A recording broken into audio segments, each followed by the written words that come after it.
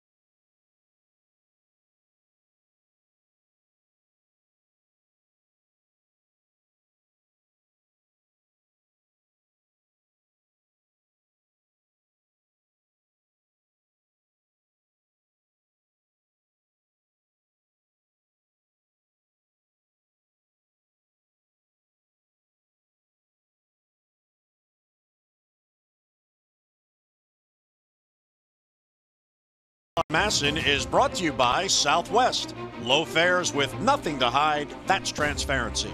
And by Ocean City, there's no end to the fun you'll have in Ocean City. Plan your trip today at ococean.com. Well, daytime baseball, this was scheduled as a night game, but there's weather heading this way for tonight. So the game moved to daytime, and Kevin Gausman goes to the mound. And what Kevin Gausman, Jim, is hoping he can get by the first inning. As you've seen, his first 3 starts, 6 of the 11 runs he's allowed on the year have come in first innings, and then he settles in and he pitches pretty well the rest of the way. And for him, he's coming off his best start of the year in his win last Wednesday against Toronto. Yeah, actually, his last 2 starts have been good against in Yankee Stadium. Got a no decision, only gave up a couple of runs. Always a tough place. Got hit hard against the Twins. Gave up 3 home runs in that ball game. Of course, we know they're a good offensive team, but all of a sudden, good splitters. Got away from the slider, which is probably the 3rd pitch in his repertoire. And again, the velocity in that game against Toronto actually increased as the game increased. So. Again, right here, again, hey, maybe you throw a few more pitches. On a day that it's 36 degrees would stay in the bullpen, because if you have a long inning, boy, you don't want to walk all the way in and then all of a sudden you don't throw for 15 or 20 minutes. But then again, the weather is cold. It's supposed to get into the 40s, but maybe that's later when the rain comes. So hopefully, well, I mean, that's why they're playing early, because it's going to come, and probably towards when the Orioles are probably back, hopefully with a win in the hotel. Well, among the many puzzling things about the start for the Orioles hitters, Jim, has been how they have faced left-handed pitching. And this is another lefty back-to-back as Matthew Boyd takes them out. But with all the right-handed hitters in the lineup for the Orioles, you would think that they would be better than they are. But, it's been a struggle. It really has. And, again, I mean, if you look at the numbers, they've done a nice job. I mean, Liriano, he threw 88 pitches. He threw 45 breaking balls. We're going to see Matthew or Matt Boyd, who again has pitched very well in his 2 starts. Last year was 6 and 11, but he's featured the breaking ball and very good numbers to go with it. So, they get the scouting reports. They can look at all the film, and hopefully they'll be able to get a good read off that and have a good offensive afternoon. So Matthew Boyd on the mound. Let's get a look at our game time temperature, brought to you by BGE Home. We know more, we do more. Well, it's 36 degrees, feels like 34, so at least the wind chill isn't what it was last night in mid-20s. Just a slight breeze and 65% humidity with rain on the way later this afternoon. So the Orioles looking to snap a 4-game losing streak. Here's the Birds starting lineup, brought to you by Southwest. Low fares with nothing to hide. That's transparency. And how about the Orioles leadoff hitter Trey Mancini? And he loves playing the Tigers. 9 for 30, couple of home runs and 4 RBIs. Gentry, Machado, and Jones with Valencia DHing again. Davis at first, then Beckham, Joseph, and Angel Vielma gets his first big league start. And Matthew Boyd, it's been about 8 days since he pitched with all the rainouts and snowouts that they've had here. So you can see that's about 43% fastballs, maybe 45% fastballs, a lot of sliders. You start looking at numbers, 59 sliders, 100 batting average, 19 changeups, 24 curveballs, yet to get a hit. So how do you pitch against the Orioles? You change speeds, you make up your pitches. That's what Liriano did. The difference, of course, is that Liriano much more of a veteran than Matthew Boyd. He's only pitched against the Orioles twice, and again, his ERA against the Orioles is very high, well, over 10 runs a game. And he will first face Trey Mancini, and Trey Mancini is redefining what it is to be a leadoff hitter. Since he moved to the #1 spot, Jim, he's been on a tear. Well, he can hit the pitch pretty much wherever you pitch it. We saw last night, the slider off Liriano hit a second home run. He also singled early in the game to right field. So again, a very quick bat, stays through the strike zone, uses the whole field. Not about stealing bases, because he's not going to do that, but it's getting on base for the guys behind you, and he's done a great job of that. Well, Brian Roberts is here this series. He's on radio with Joe Angel, and they chatted today, and Trey told Brian that one of the things he enjoys about it is he gets more at-bats. So the lineup turns over, and if you're in the leadoff spot, your turn comes around quicker. And first ball swinging, there's a foul, and we're underway in Detroit. Mancini has a 5-game hitting streak, and he is 8 for 20 in the 5 games. The other thing about the consistency facing this left-hander Boyd, Trey has hits, Jim, in 12 of the 17 games the Orioles have played. So he has been very consistent early on.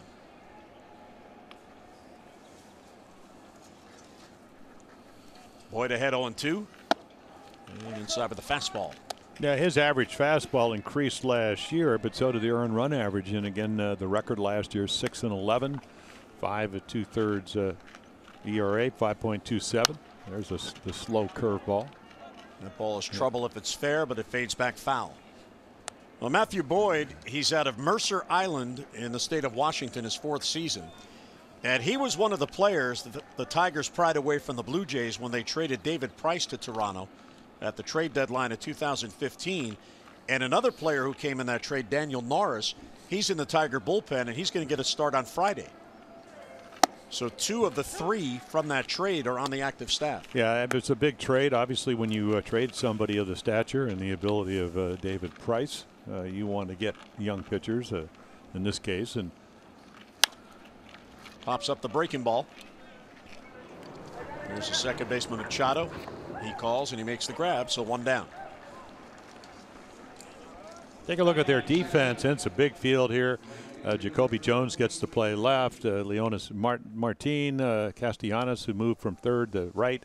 Candelario with a big triple last night. Iglesias with a double. Machado, Cabrera, and then Hicks behind the plate, with McCann getting the afternoon off. Yeah, day game after night game. Here's Craig Gentry. Gentry 2 for 9 on the road trip. But he gets another start with a lefty on the mound. Buck Showalter loves his defense, and why not? He's good at it. Here's a good take, 2-0.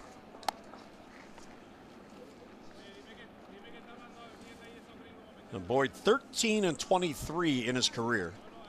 He did break in the big leagues with the Blue Jays. His major league debut was June 27th of 2015 against the Texas Rangers, and then a month later he was traded here to the Tigers.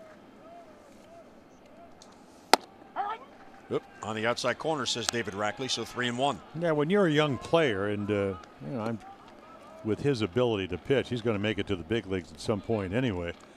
But it's what an opportunity for him.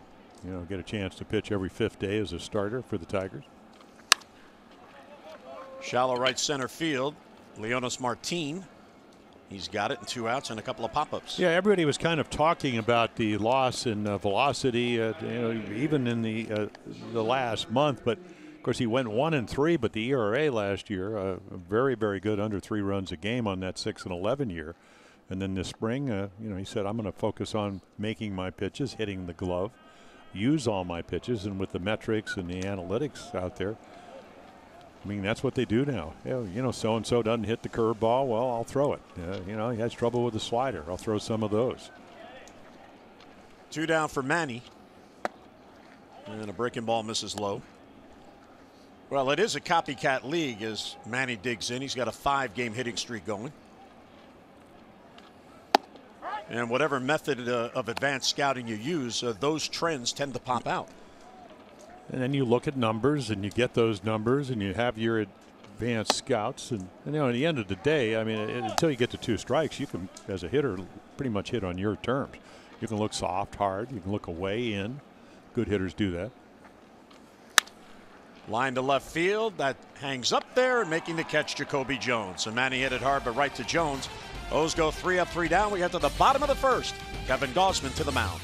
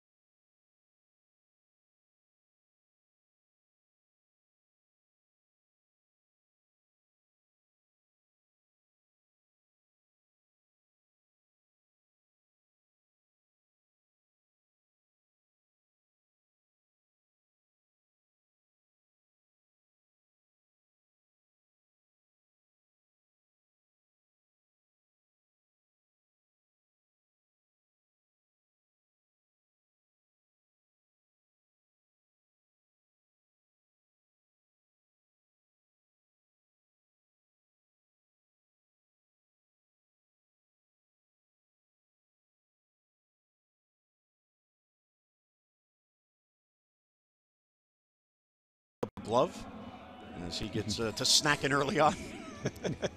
As the Orioles and Tigers battle it out. Here's the Detroit lineup. Martin, Candelario, and Cabrera with Castellanos batting cleanup. Victor Martinez, he has enjoyed his career, 39 years old, and big career numbers head-to-head against the O's. Hicks behind the plate, then Jones, Iglesias, and Machado. And Kevin Gausman trying to make it 2 in a row. A lot of fastballs, a lot of splitters, and occasional slider. So again, and coming off a well-pitched game. They got him runs. He pitched well. Bullpen did their job. Hopefully that'll be the game plan here in Detroit this afternoon. Of course, already Boyd's kind of set the tone. You know, I got my guys out. Now maybe Kevin, and you talked about this, at least the troubles this year in the first inning. We'll see if that's the case this afternoon. Down and in, the fastball missed to Martin. Yeah, we just haven't seen a lot of velocity that we're used to. You know, we did get to 93, 94, but the average fastball down about 3 miles per hour this year. But feels fine. This one's slicing down the line. Tough play for anybody, and it's going to be back in the stands. And that could be the weather. Feel of the ball. Well, yeah, and the other part of that, too, is if you look at the starting rotation, and even Mike Wright, who's made some starts, the starters as a staff, the velocity seems to be down, and I'm wondering if that's by design to increase command. Well, Kevin said no. I mean, not that he's pitching horribly, and because that's not the case. There's a little breaking ball that popped up. Machado will call, and he's got it. So. I think maybe, you know, and in this case, Boyd hadn't pitched in 8 days. It didn't seem to bother him. Kevin Gausman, this will be a week, as you mentioned, in the open between starts. So, again, you try to do your work in between, but again, the weather not as good as it usually is. You don't train for this in Sarasota, Florida. That's right. You know, trekking all over Florida because the weather's different, the humidity's higher. There are a lot of factors in it, and you just try to work your way through it. Yeah, in Sarasota, if it hits 59, people panic. And here we're in the mid-30s. Here's Candelario. He'll take low. Well, when's the last time we've seen Kevin Gausman actually go to a windup with his hands over his head? This is the first I've ever seen. So trying a little bit different. You know, normally, yeah, this is kind of old school. Another slicer down the line. And that's back out of play. Well, looks like it's a school day trip. School bus was late, hit a couple of red lights. Come on in. There we go. That'll increase the noise. That's a great idea. Day game in Detroit on a Wednesday. Let's take the kids on a trip. Well, except that it was supposed to be a night game. Well, that's probably why they got tickets. Well, I understand, but it's kind of a late. By the way, kids, we're going to the Tiger game. I bet not one complained. 3-1 on Candelario. Well, actually, for a young hitter who's trying to impress, has a lot of patience at the plate. He's already drawn 6 walks. He was a former highly touted prospect with the Cubs. 3-2 on the foul ball. Yeah, so even in 91, when you get behind, you don't have to trick them, make a good pitch, which Kevin Gausman just did, down and away. Well, we saw last night, I mean, he looks like he's a pretty good high ball hitter, a couple of hits, one of them a triple on the ball up in the zone. And Gausman shakes off twice. And another foul ball. So might this suggestion have come from Roger McDowell or Alan Mills to maybe go to the windup? Yeah. What would that do for a pitcher? I think more rhythm. And we were taught, and you'll see right here, I mean, hands over your head. So right here, break over your knees. And then hope your left fielder catches it. Mancini smothered it and keeps it in front, so that'll be a base hit for Candelario. Nice effort there by Mancini. And a one-out base hit. Well, take a look at the Oriole defense in this afternoon game in Detroit. Already seen Mancini, Jones, Gentry, Beckham, Machado, Bielma, and then Chris Davis in the lineup, and Caleb Joseph. Caleb catching the day game after night game with a lefty on the mound. Nice effort there. Yeah, the good news about that, he kept it in front of him. Otherwise, it's going to be extra base hits. Yeah, Trey Mancini has really improved through hard work at being a good outfielder. And here is the birthday boy, Miguel Cabrera.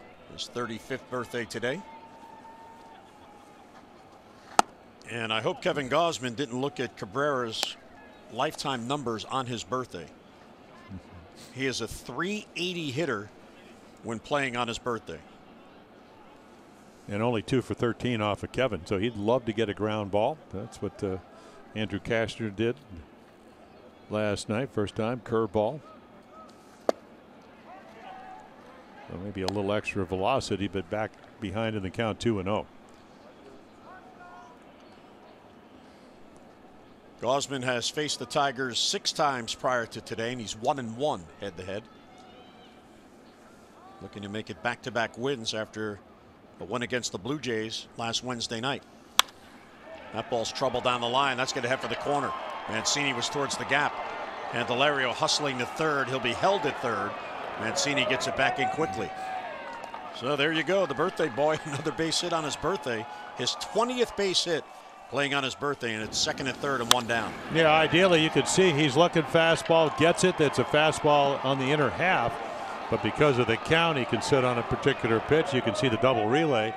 Machado with the strongest arm. He's the farthest distance from home plate.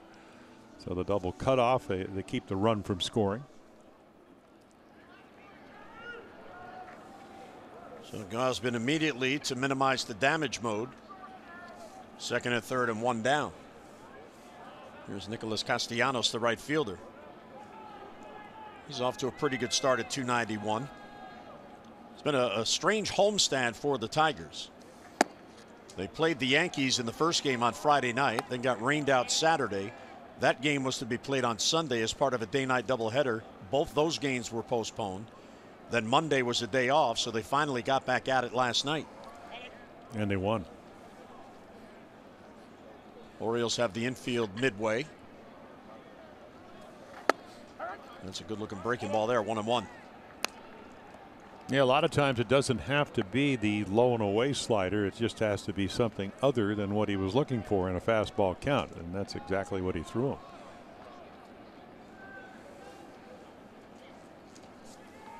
So staying from the stretch. I got a piece of Caleb Joseph's mask, knocked it off. Did it ever? Wow. Caleb is wearing Chance Sisco's helmet.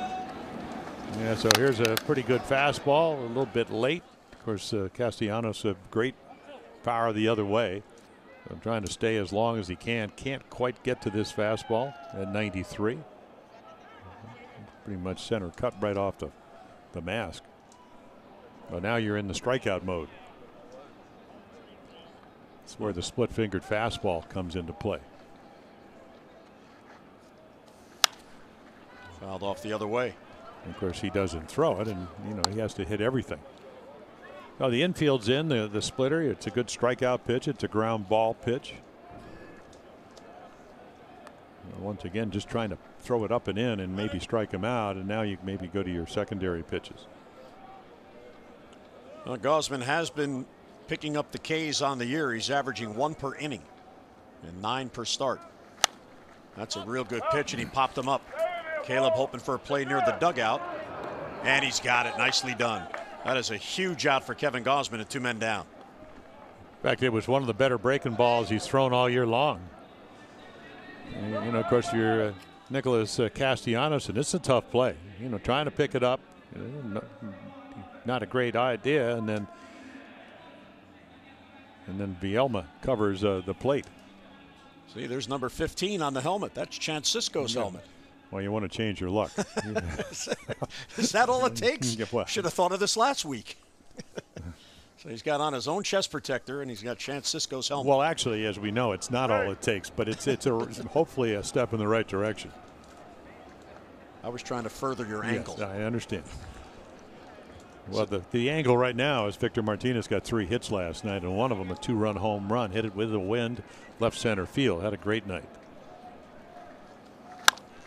Center field, that's playable for Jones. Gausman's going to get out of it. Adam has it, and nicely done by Kevin Gausman. 2 hits, 2 left. We head to the second. No score.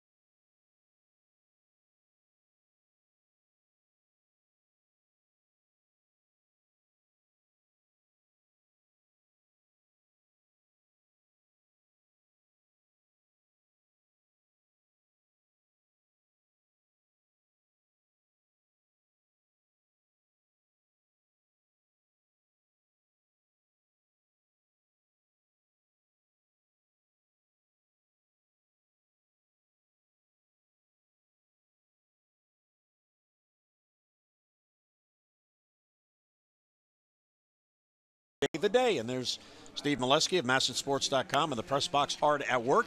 Well, Rock Kabako today. How far will the Orioles turn back the clock? And Rock went all the way back to 1988. Oh, no.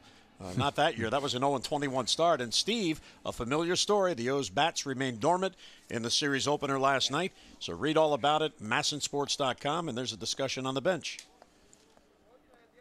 Tim Beckham maybe saw something.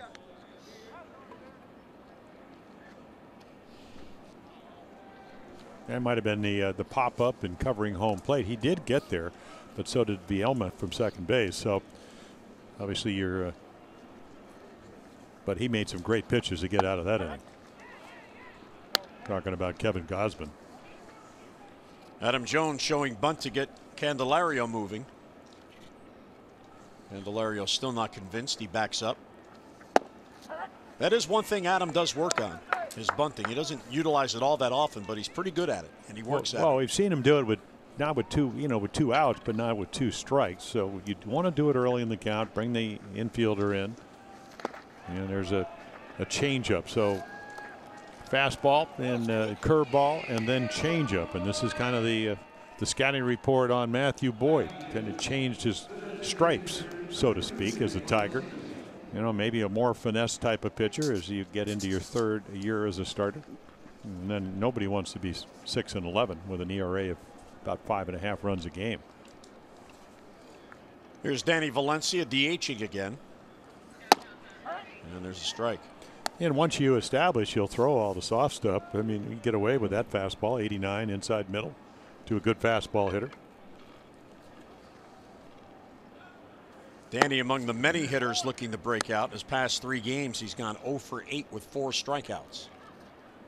And this is what they signed him for, to get it done against left-handed pitching. There's a breaking ball for a strike, 1-2. So an interesting note on Matthew Boyd, the Tiger starter today, Jim. He is a distant relative of both Dolly Madison, former First Lady of the United States. That ball's fouled back. And Bob Feller. So he has Hall of Fame blood in his family tree. Of course, Bob Feller, 266 wins in an 18-year career. And who knows how many he would have won if he didn't lose 3 years full and most of a 4th year to World War II. But Dolly Madison, President James Madison's wife, how about that? Those are some pretty interesting bloodlines. 2-2 on Valencia.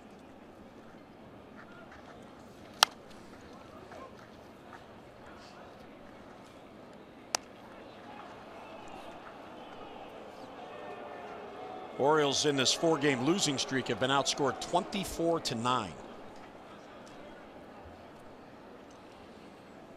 Boyd coming off a no decision. He's pitched very well in each of his 2 starts. In fact, they're 2 quality starts.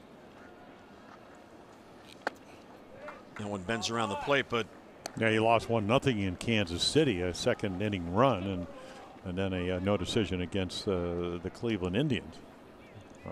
Won 102 games last year, so they're a good ball club. And the 8th pitch of the at-bat is hit to left field and deep. That ball's got a chance. Back it goes, and that ball is gone, and the Orioles get the lead. So Valencia outlasted him 8 pitches, and he got a hanger, and he doesn't miss. So Valencia's 2nd home run of the year, and the Orioles grab a 1-0 lead.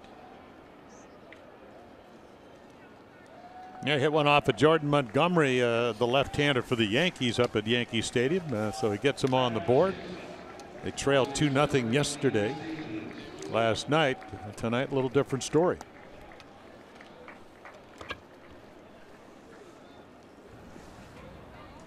So that's certainly something to smile about. And here's Chris Davis. He'll take ball 1. Well, there's the target, and it's just a hanging changeup. And 76. So again, it's something you can look at. He's going to throw a lot of slow pitches, and you can sit slow. You can look hard. He's not going to throw it by you. Until you get the 2 strikes, you do have an option. Valencia looks for it, gets it, and the Orioles lead. So that's what it takes to get the smiles going. A long ball. Well, what, 45% of the Orioles runs on the ball, long ball?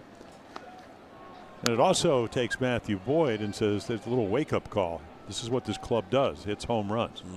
And he falls behind Chris Davis. Now he's got to throw him a strike. Check swing, they appeal. He didn't go. So that's a walk. And Davis on with one down. So the Orioles looking to add here against Boyd. Our Maryland Lottery contestant of the game, Cabrina Lawson from Gwinoak, has won $500 for being selected and will win $500 more for every Orioles home run hit in the game today. And she has just done that with Danny Valencia's home run. Play Home Run Rich's scratch-offs and win up to $50,000 or enter non-winning tickets for a chance to be the contestant of the game. Visit mdlottery.com/homerun. Here's Tim Beckham. The ball softly hit to left. It hangs up for Jacoby Jones. One pitch, one down. Davis back to first and 2 away. So Beckham now 0 for his last 16. He is really scuffling. Boyd, 27 years old. He was a 6th round pick of the Blue Jays back in 2013. He pitched in college at Oregon State, which has a pretty good program. Caleb Joseph now Davis at first and 2 down.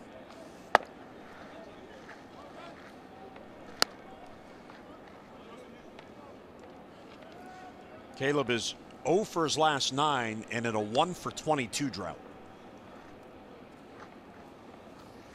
Yeah, it's pretty amazing, Jim. I mean, I realize there are ebb and flows of a season, and you know we talk about trends all the time, but that so many players at the same time in the same lineup could be cold. Well, what that causes is everybody tries too hard. And you've seen good pitching, and no doubt about that, under difficult conditions. But just go check the Red Sox out. And I know last night they roughed up Ohtani out, who had a blister problem, an easy 99 to 100. Betts hit 3 home runs, and so on and whatever. But you're playing in the same temperate zones when you play teams in Boston and. But again, this is Caleb. He's not seeing the ball well and not letting it travel, and therefore probably a little more susceptible to the breaking ball. That's back-to-back changeups he swings through. And the report it's going to tell you Matthew Boyd is not going to overpower you. He's going to throw a lot of soft stuff. And that's 3 straight changeups and gets him out of the inning. So the strikeout ends the inning, but Danny Valencia, 8-pitch at bat. He goes deep. His 2nd of the year has put the Birds on top.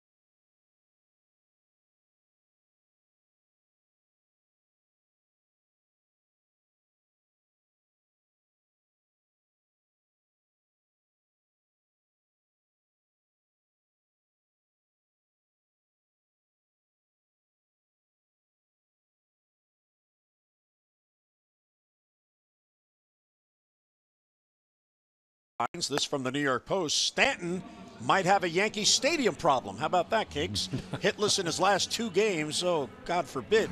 He's batting .323 on the road, just .086 at home. And here's Aaron Boone, the manager's comment. He's too premier of a player and an at-bat away in my eyes from locking it in. I might flirt with splitting different guys up and stuff, but not moving him down too far. Well, the Yankees early on have had Aaron Judge batting 2nd and Stanton batting 3rd. because Didi Gregorius has been their most consistent hitter, and he's in the cleanup spot. Yeah, a couple of two-run home run games last year. What, 26 home runs, I think, on the year. First ball swinging is Hicks. That's playable for Gentry. Yeah, he sees a slider up in his eyes and first pitch, so you like that. Kevin Gausman pitching his way out of, really into trouble and then out of it. Made some great pitches after the Cabrera double. First, second and third, and one out. So they give you a lead. You know, they're scoring runs. He's getting the most runs of anybody on the staff at 4.8 runs. And that's a ton when you're averaging a little over 3 runs a game as a team. Here's Jacoby Jones.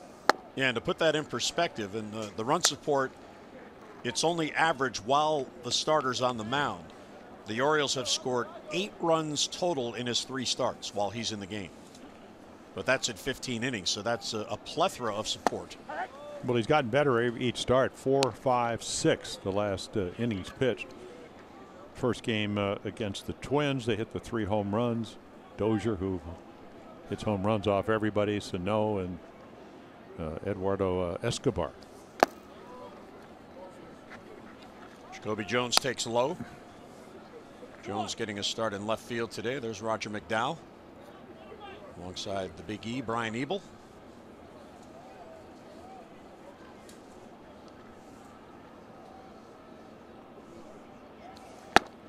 Late on the swing. Yeah.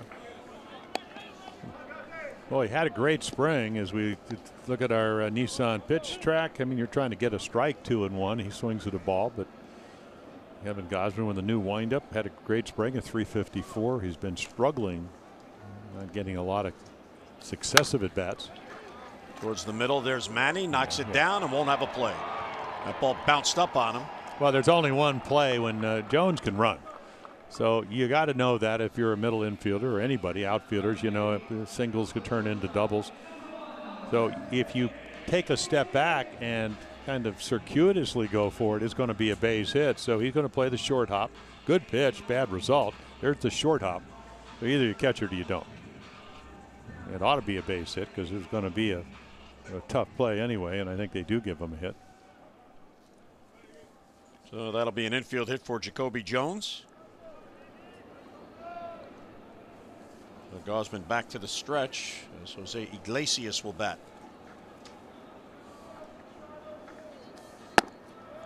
Just a little bit low, but Gausman living at the bottom of the strike zone, and that's a good idea.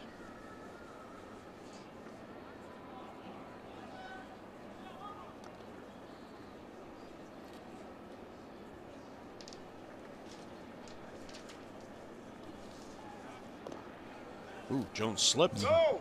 Cleats on top of the bag.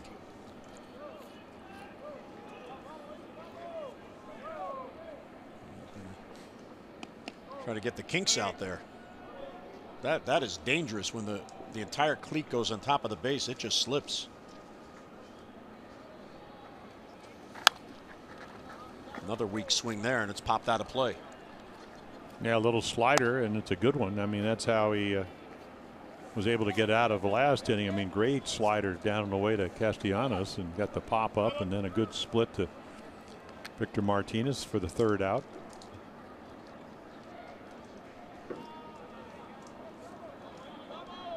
And 1-1 the count. Infield double play depth on Iglesias. And another weak pop-up. It'll be Chris Davis at first and 2 down. Yeah, we can hear all the sound. He says, "I got it, guys." And Chris Davis gets it. That's what he calls Kevin. The Birds host the Cleveland Indians Friday, April 20th through Monday, April 23rd. And on Sunday, April 22nd, you could celebrate Earth Day at Oriole Park as the team will take the field in special Earth Day caps and jerseys. And the first 20,000 fans 15 and over receive an Earth Day tote bag presented by MLB Network. So come on out and join us. The tickets at Orioles.com, and the Orioles finally can settle in at home when they get home from Detroit. A 10-game homestand over 10 days beginning Friday night against Cleveland. So there'll be time to do the laundry and reacquainted with the family. Bonnie, do you hear that?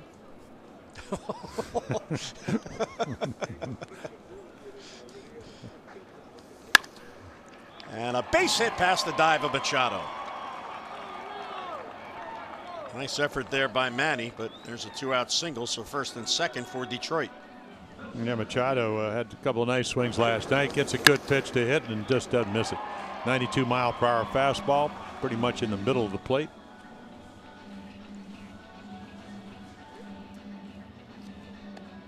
So Dixon Machado, he's had an interesting start to his year. He now has 12 hits, but he has 7 doubles.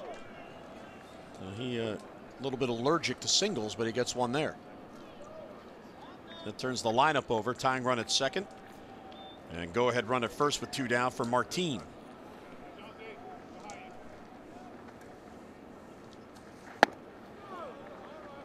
Well, the moment of truth for pitchers and hitters. How do you hit with runners in scoring position? Martin 1 for 10.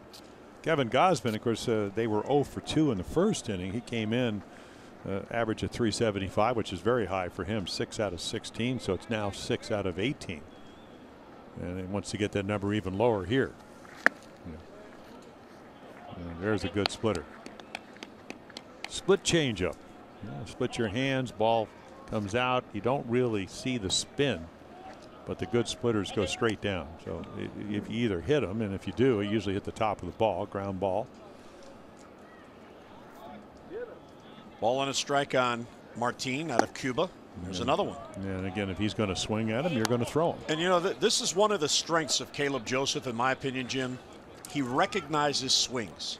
You know, he reads the bat so well, and Martin showed he was late on that splitter, so he called for another one. You know, ideally, if you don't on the mound recognize it, you want your catcher to, and Caleb certainly track record indicates that. 1 and 2 on Martin. And he got him. Foul tip held by Caleb. So another big out for Gausman, and the Tigers strand 2 more. They have left 4 on through 2 innings. We head to the third in Detroit. Gausman and the O's have the lead.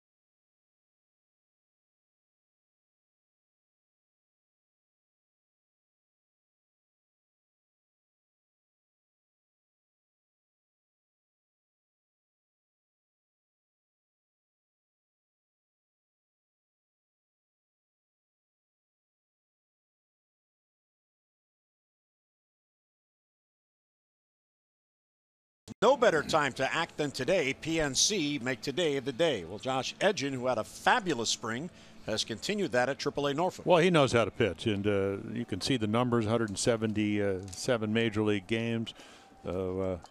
Nice to have him. He's not on the 40-man roster, which presents a problem because to bring him up, you got Tanner Scott, who is. We've seen him. Saw Donnie Hart, wasn't, is now. So I would imagine, even though Hart pitched well up in Boston, you will probably see Josh over the course of the year. And there is one open spot on the 40-man. So just in case, here's Angel Villalma, his first major league at bat. He's gotten into 2 games since coming up, both defensive replacements. In fact, he took over for Scope when Jonathan left the game in Boston with the oblique injury. Right at the second baseman, Dixon Machado. So Villalma is out, 1 away. Matthew Boyd looking for his first win of the year. He gets Villalma on a couple of pitches. Well, he's been very efficient when you talk about pitching. I mean, this year 14.6 pitches per inning. Kevin Gosman, on the other hand, is at 18, which is high for him. Probably low for Boyd, high for Gosman. Of course, Kevin has been able to kind of Houdini his way out of the first 2 innings. So he's done a nice job when he gets in trouble. That's a real good breaking ball. Mancini takes a ball on a strike. Well, Boyd, you know, Jim was talking about the velocity down, and of course it's only his 3rd start as Mancini goes the other way. That is playable for Castellanos, and 2 down. But for his career coming in to this season, he's averaged 7 strikeouts a game, and that's in half. He's averaging 3.5 per game this year. And I'm not sure it's not one of these. I'm just going to throw 2 seamers and pitch to contact. I think that's more what Andrew Kashner did in Texas last year. So the strikeouts went down. And of course, it devalued him, even though the Orioles would eventually sign him to a 2-year deal for what, about $8 million a year. I just think there's different ways to pitch. You learn more about yourself. You know, if you come on off a 6-11 year, you get a new pitching coach and Chris Bosio, who's back. And you go, okay, how can I get better? Well, mix up my pitches a little bit better. And it's not about velocity, but when you throw 70 and 78 and 83, 89 and 91 doesn't make a whole lot of difference if you make quality pitches. There is Chris Bosio. It's ahead of Gentry 0-2.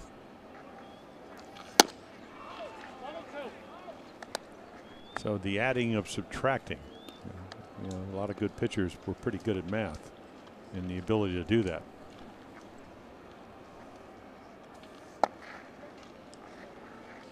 And in this game, if you look at it, just one hanging changeup to Danny Valencia, and he hit it out of here. So he's pitched well. Gentry gets the count to 2-2. And 3-2, so another extended at bat.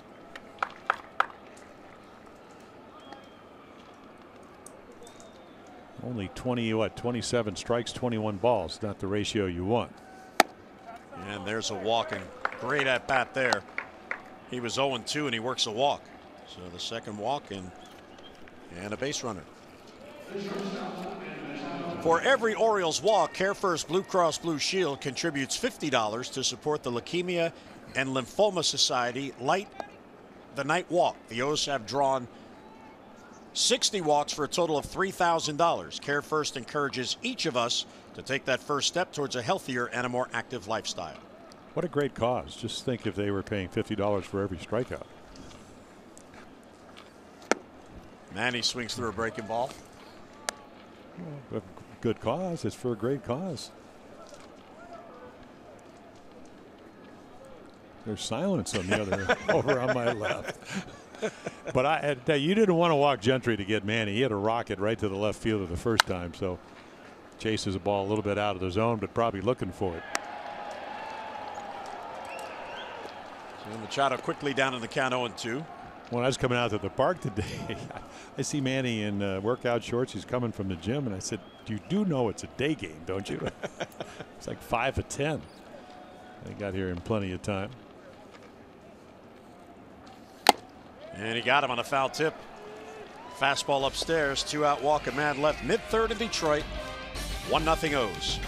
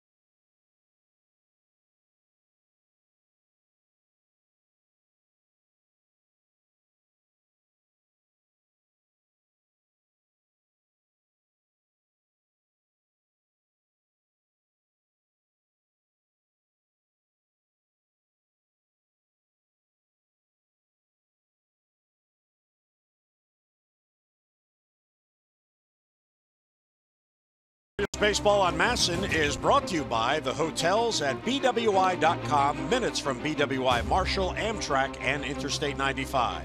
Discover the convenience of the hotels at BWI.com.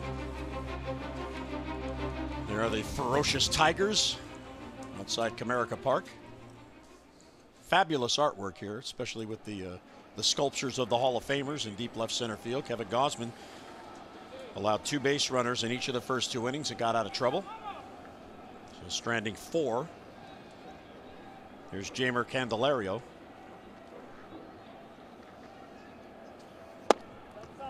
Just outside. Candelario singled to left field his first at bat. It was a soft line drive that Mancini was able to knock down.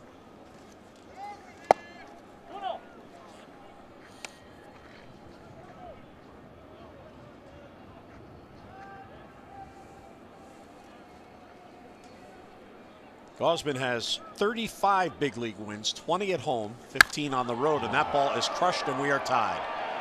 Candelario going deep. There's his second. And it's 1-1 here in Detroit. Oh, we talked about coming over from the Cubs last year. He hit .330, but through the minor leagues. And, of course, if you're going to trade Justin Wilson, your closer, and Alex Avila, you better get a young player that can do a lot of things. He can, through the minor leagues, he can steal bases on occasion. But right here, this is the way you want your youngsters. Fastball count, gets a fastball. And you're right, Jim, the game's tied. 1 swing.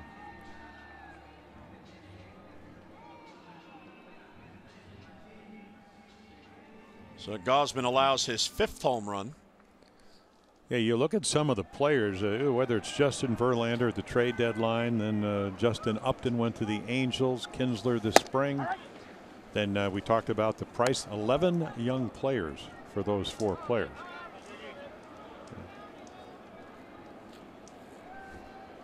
And I believe they get the #1 draft choice this year.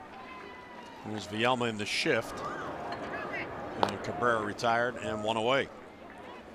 Fans, sign up the junior Orioles in your family for the 2018 Dugout Club. Memberships are just $25 and include your choice of 2 6-game ticket packages, a backpack, a cap, and more. Plus, all guests can get a seat for as low as $6 per person. So join today, Orioles.com/Dugout Club.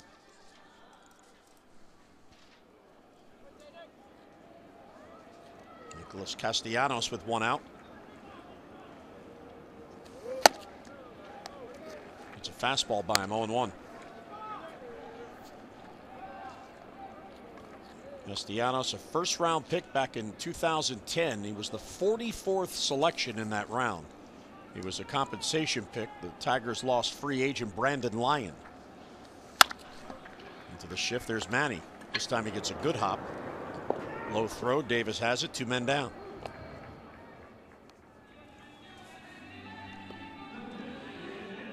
Well, the first 5 outs were in the air. Now he's got strikeout, ground out the last 3 outs. Yeah, and the home run, it's one of those classic case of the obvious, as Buck Showalter says. You know, a young hitter, you get behind him, you throw him a fastball that he should have a good swing in, and he hits it. So while it ties the game, it shouldn't affect your mental or your physical well-being, because that's what happens at the big league level. You'd rather have him hit a line drive single, but that's not what happened. So just move on. Looks like he has. Ball 1 to Victor Martinez, who flied out to Jones to end the first inning, stranding 2.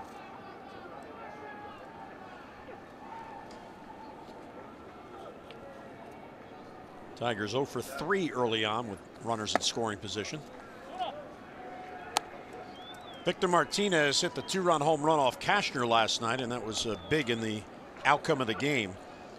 He's the 14th Tiger in their long history to hit a home run in his age 39 season. As he is playing at 39 this year. There's Andrew on the bench. Yeah, it's what we've seen all along, and we saw a mirror of what Victor can do. He took a fastball the other way because that's where it was pitched. Came in later. He hit a ball right over the bag. Hit a little soft single off Michael Gibbons, who was throwing in the mid-90s. Got under it, I think. Gentry back. And he's got it. So Martinez just misses. Home run by Candelario. We head to the fourth in a tie game.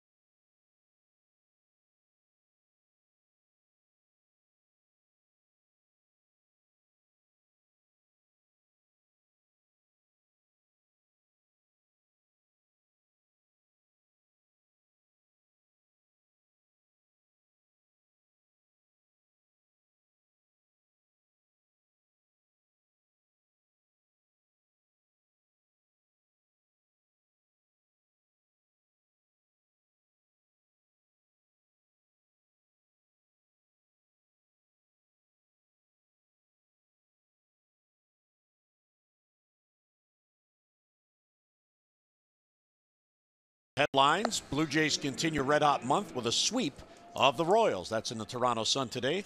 Blue Jays have won 11 of their first 16 games, seventh time in franchise history, and the first time since 2009. And they've already gone now 6-0 in doubleheader games played at Rogers Center. Well, the note there is only 6 in the history of the stadium. John Gibbons says, we've done a little bit of everything, but we're swinging the bats late in games. To have a good year, everybody has to contribute. And the Blue Jays are in second place in the division. 3 games back of Boston. Boston won last night in Anaheim, and there was news today on a former Blue Jay. Jose Bautista has signed with the Atlanta Braves organization. He will head to extended spring training in Florida to get into baseball shape and then likely join the Braves. And the word is they want him to play third base as Adam Jones slices it down the line. Well, a veteran player. I mean, coming off a year where he hit a little bit over 200, but did hit 23 home runs. Walked over 80 times. So with a young ball club that's actually playing pretty well and trying to rebuild, new stadium, second year of that, I guess, he'll help them. Yeah, they're 9-7. And I'm sure they actually probably got him at a reduced price at this time of the year. So again, what, I think over 330 home runs, somewhere in that number. Well, he claimed he had about 4 offers in the offseason, but none that he thought were up to his liking. 1-2 on Adam Jones, who struck out his first at bat. Adam had a 2-hit game last night, his 5th multi-hit game of the year. Yeah, both of them the right field. So one drove in a run. Yeah. So right there, nice pitch right there. He gets ahead and then just kind of buries the slider. So he's kept the ball down to Adam. Nothing really hittable, and he's chasing because of the strike zone. You could see the bat trying to hold up, didn't do it. And here's Valencia, who homered on the 8th pitch of the at-bat in the second inning, his 2nd of the year. Yeah, Matthew Boyd has not made a lot of bad pitches, and that was one of them. Just got a change up at outside middle. Very hittable, and Danny didn't miss it. Off the end of the bat to right field. That's playable for Castellanos. And 2 quick outs.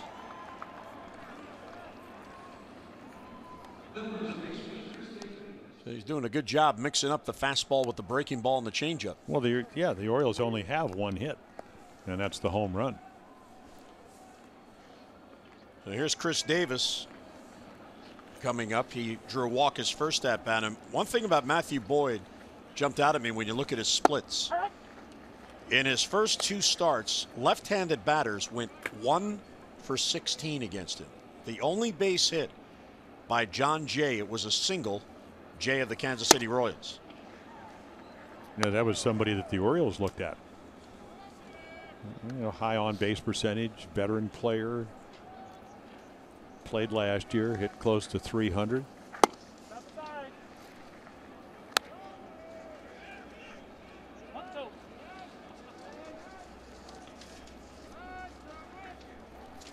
Boyd has allowed now 2 home runs on the year with Valencia's, and Chris Davis skies it to shallow center. Who's it going to be? It's going to be the second baseman Dixon Machado who stays with it. He's got it for the out. Birds go 3 up, 3 down, mid-4th and a 1-1 game.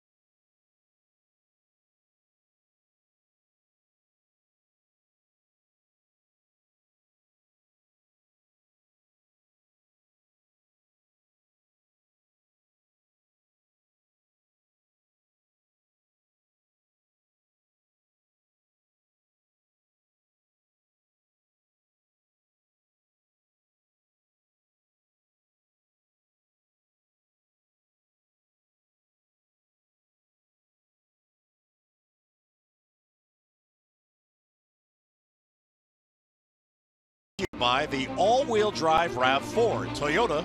What drives you? Visit buyatoyota.com for great deals. Oh, another ferocious tiger. They're everywhere.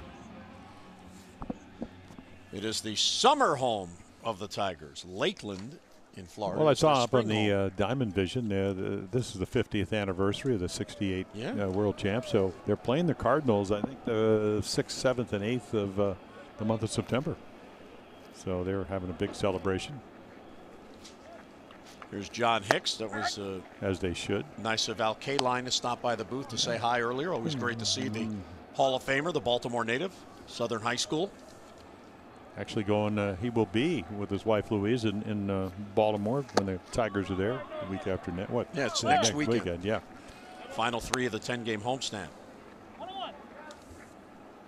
Yeah, he and Jim Price, who's next door doing radio. He was the backup catcher. Jim was on that team, and Willie Horton. They had a big event on Monday to reminisce about that championship, and one of the things that they brought up was they felt that they had a better team in '67, but they lost out to the Red Sox. Back that was before the division, so if you won the pennant, you went right to the World Series. Yeah, and they had with 3 or 4 team race with Oakland and I think Minnesota. They all came down to the wire.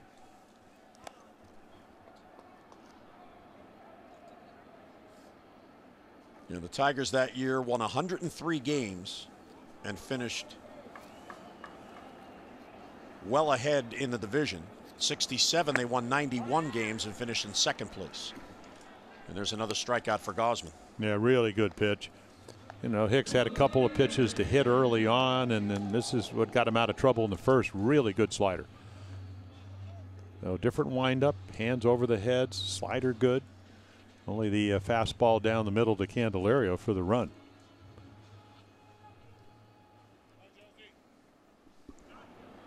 Here's Jacoby Jones. Singled his first at bat. You know, I was hoping Jacoby would get a start because I just wanted to point out that he is from Chickasha, Oklahoma. He's the first player I've ever been aware of that is from Chickasha, Oklahoma, which I had never heard of until I did the research on Jacoby Jones. I'm sure it's a lovely place. 1-1 the count. Here's Vielmo. Ooh, tough hop, but he stays with it, and 2 down. So Gausman gets the first 2 here in the 4th. The Orioles are hosting Kansas City on May 8th through the 10th at Oriole Park, and on Wednesday, May 9th, all fans will receive a Kevin Gausman t-shirt featuring his new number 34. So get your tickets today at Orioles.com. And of course, Kevin Gausman this year switching to number 34 to honor the late Roy Halladay. Kevin is from Aurora, Colorado. Roy Halladay grew up in the Denver area, and Kevin, growing up, always looked up to Halladay, so he's wearing number 34 this year to honor the memory of Roy Halladay. And you probably want Dylan Bundy facing Jacoby Jones from Oswasso. Owasso. Probably never been there either, have you? No. You know, I don't think I've ever been to Oklahoma. Really? No, I don't think so. Long way from New Jersey, isn't it? It sure is. Boy, it's a very, we used to drive home from baseball season. You'd go across, you'd head, on Route 66, and you go through St. Louis, and, then you get into Oklahoma, Tulsa, Oklahoma City. Very flat. Well, Oklahoma produced Mickey Mantle. Produced Johnny Bench. Dylan Bundy. Jerry Adair, Harry the Cat Burkeen. That is a foul ball. Bundy, by the way, is going to be very happy to find out that you just put him with 2 Hall of Famers. Well, he's pitching like one. Yes, he is. The population in Chickasha, Oklahoma, 16,000 in the last census in 2010. So what about Owasso? I think it's about 8,000. Right field, it hangs for Gentry, who can run him down, and he's got it. So Gausman has his first 3-up, 3-down inning. Nice inning. We head to the 5th in a 1-1 game.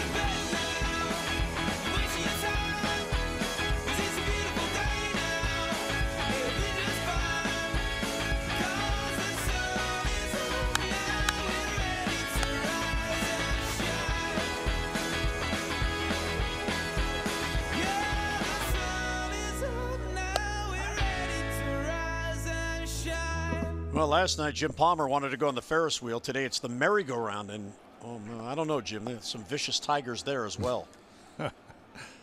Well, Bengal City. So pitchers in command as we go to the 5th. Tim Beckham will lead off. Shows bunt. Ball nearly hit him. It goes all the way back to the screen. Oh, 63 pitches, 25 for balls, 38 for strikes off of Matthew Boyd. Here's a slider that almost gets Tim Beckham. got a slider that stayed up in the zone the first time. So I am sure Scott Coolbaugh, boys, let's have a plan. We got to see him, second time. If he, it'll be actually if he gets anybody on, third time through the order, make an adjustment. Only have one hit, but it was a big one by Valencia. Tigers have 5 hits, but they have stranded 4 on base, so we're tied 1-1. Ball 3. Be good for Beckham to get on with his speed leading off in the inning. Yeah, he doesn't steal a lot of bases, but certainly capable again of scoring from first, in doubles and taking the extra base. Taken all the way, 3-1. Matthew Boyd now in his 4th big league season, and he earned his way into this rotation.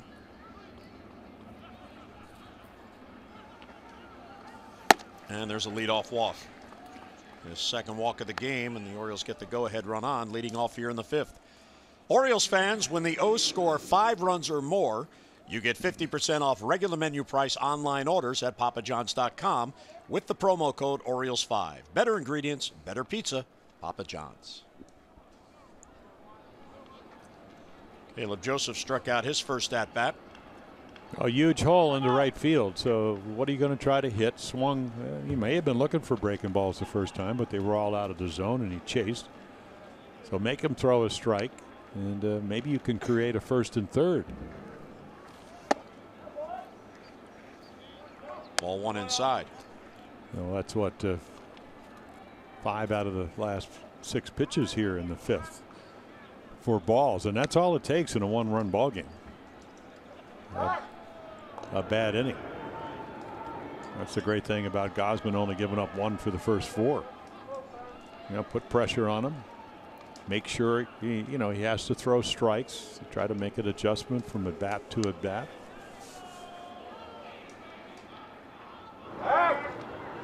That is a funky looking move to first base. Now, Wayne Kirby has it figured out. You could hear Wayne yelling, "Get back."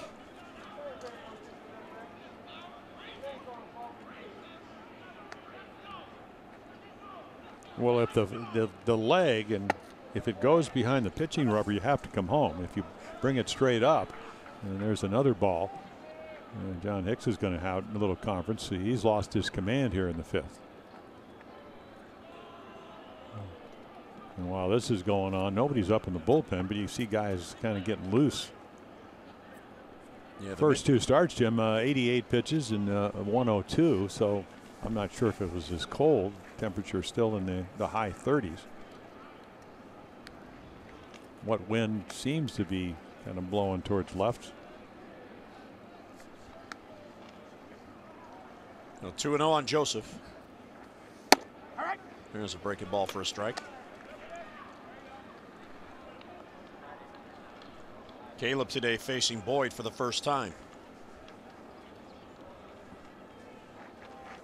It's a pretty good lead for Beckham.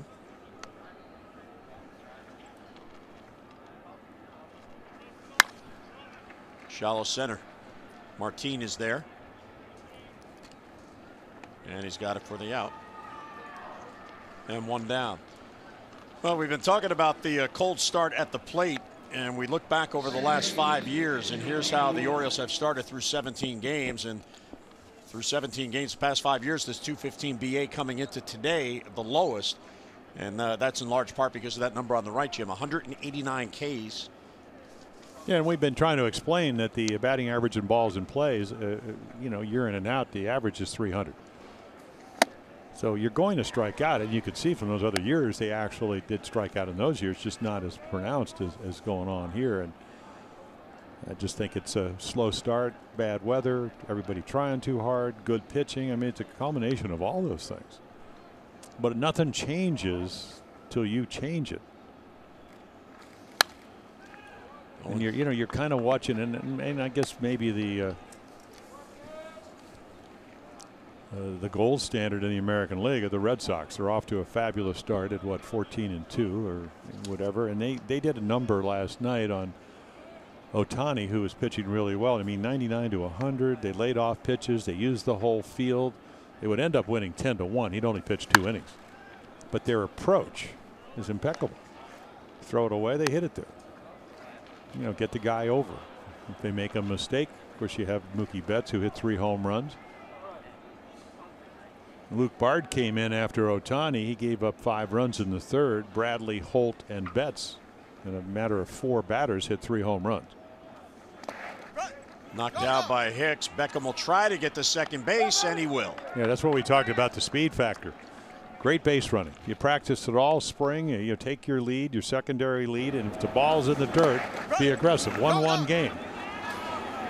And again, he did everything right. He blocked the ball. He gets on it very quickly, but the speed of Tim Beckham, he outruns it. A chance to take a lead with a base hit. And Vielma looking for his first big league hit. This is his first big league start. Fights it off. And they play him extremely shallow. All around. Well, if he hits a line drive to left center field, it's going to roll forever.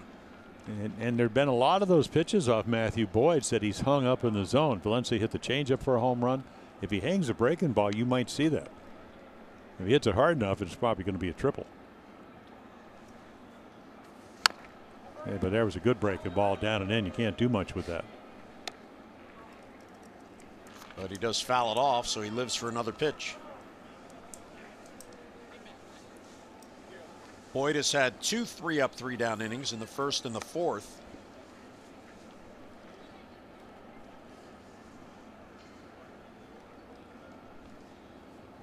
Vielma really battling here. And the 1-2 is swung on and missed. He got him with a breaking ball.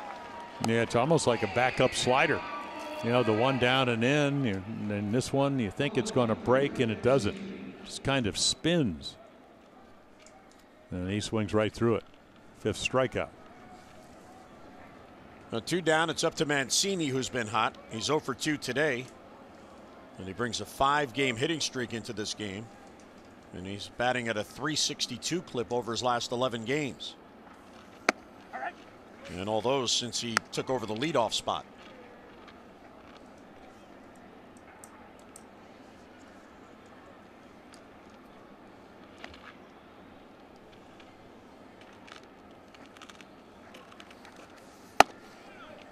You can see they try to run the ball up, and I know Matthew Boyd sitting on the bench.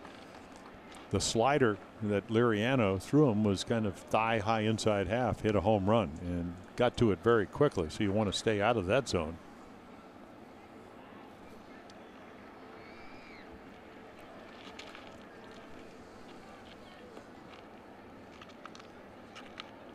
Kind of amazing. I know Mancini goes foul line to foul line every at bat, but he can pull the ball with the best of them. There's a ton of room out there. Ground ball to third. Candelario knocks it down, and the throw across in time to get Mancini, and that'll end it. So the walk, the wild pitch. Beckham stranded at second, mid-5th in a 1-1 game.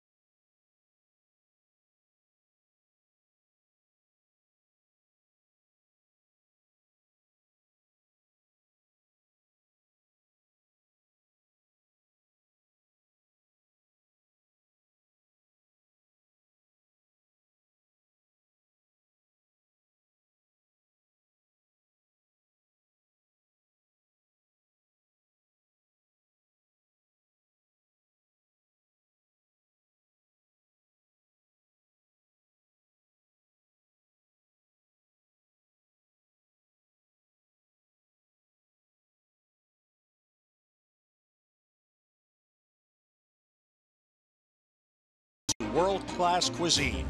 Visit savorsarasota.com. How about that, Jim? Blue sky. Wow. I didn't know it was still there. Yeah, the sun. It's round. Sarasota, that's what you get in Sarasota. Yes, you do. Now here's Gausman back to work in this 1-1 game. Dixon Machado will lead off. And back to the top of the lineup for Martin and Candelario.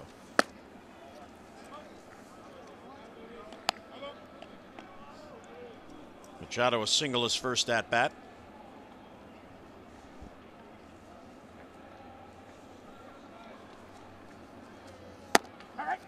Here's a good looking pitch on the outside corner. Yeah, he's had about as good a sliders as he's had all year. Doesn't throw it a lot. Just mixing it in, and the fastball not the 93 to 96 where it can live. Breaking ball hit to Manny. And there's a 3-pitch out. And one away. Fans, we invite you to plan your summer at Oriole Park with a Birdland Ticket membership. Birdland Ticket members always pay the lowest available price, a savings of up to 15% when compared to the single game tickets. Plus, members receive exclusive orange carpet benefits. Visit Orioles.com to find the membership plan that is right for you. Those fans here in Detroit.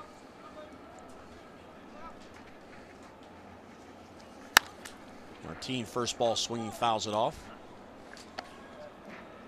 Well, pop up on a looked like a breaking ball early on, and then 3 straight splits to strike him out when he got in trouble back in the second. And then 93, so you know he's late. Probably figuring maybe he's going to throw him another one. And there it was, but it bounces.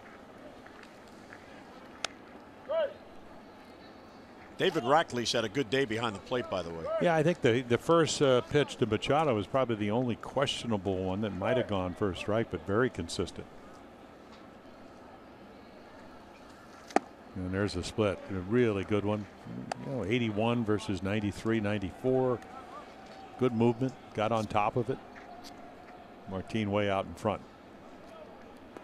It's almost like you're going, he looks so bad, do I want to throw another one? But I think the answer, as long as you throw him a quality one, why not? Yep, threw him a fastball. Mancini chugging, that ball carries, and he's got it. So for the first time in about a month, players have to have sunglasses on. 38 degrees we are up to. Well, we were. Well, as when batting practice today, the Orioles didn't hit. The Tigers did. It was 30, actually 33, even colder than yesterday. But it's supposed to get up into the 40s and then rain later tonight.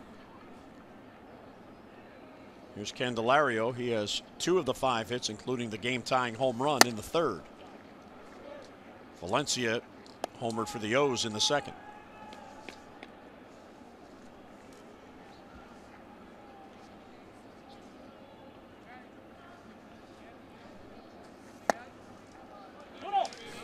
Candelario, he was expendable with the Cubs because of Chris Bryant. Plays the same position. Can understand that.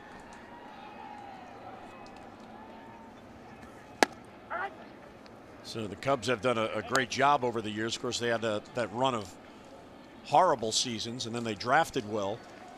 And they drafted hitters too. They went after Baez and Chris Bryant. Schwarber. Yeah, he can hit. Some astute trades by Theo Epstein. Got teams that wanted pitching that they didn't want.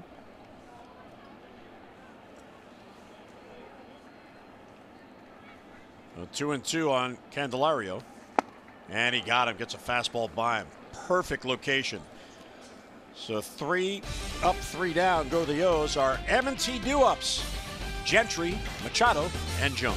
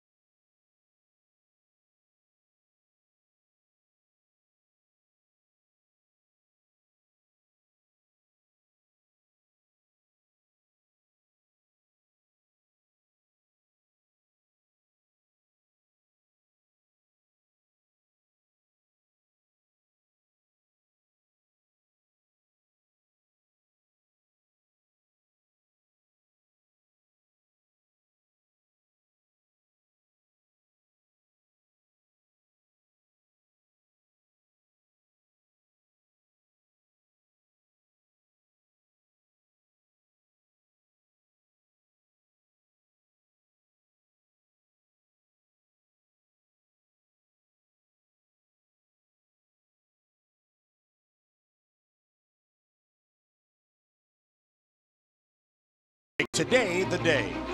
And by LifeBridge Health. The LifeBridge Health Sports Medicine Institute is now open at Foundry Row in Owings Mills, covering all your bases head to toe. There he is, Jimmy, stalking us.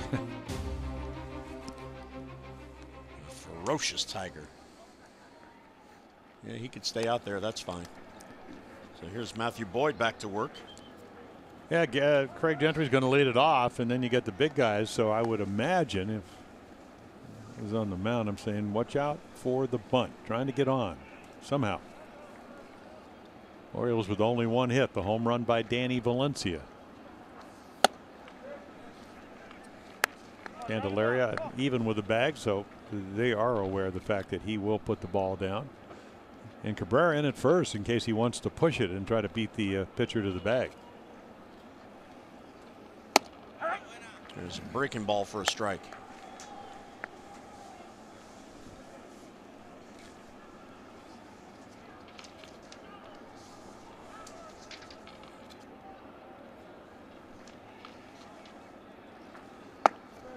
Yeah, Hicks has done a nice job. You know, we talked about Caleb Joseph, and you're on the right page. You recognize what's your game plan. You know, McCann, their regular catcher, but Hicks had a nice year for him and calling a very good game, mixing up the pitches. Line drive to left and in on it, and a nice job there by Jacoby Jones as that hung up, and he runs it down for the out, one away. Fans, this past Sunday in Boston, the Orioles honored Jackie Robinson by having each player and coach wear Jackie's number 42. So head on over to Orioles.com/auctions and you can bid on these authenticated game-worn jerseys and hats. All proceeds benefit the Orioles Charitable Foundation and the Jackie Robinson Foundation.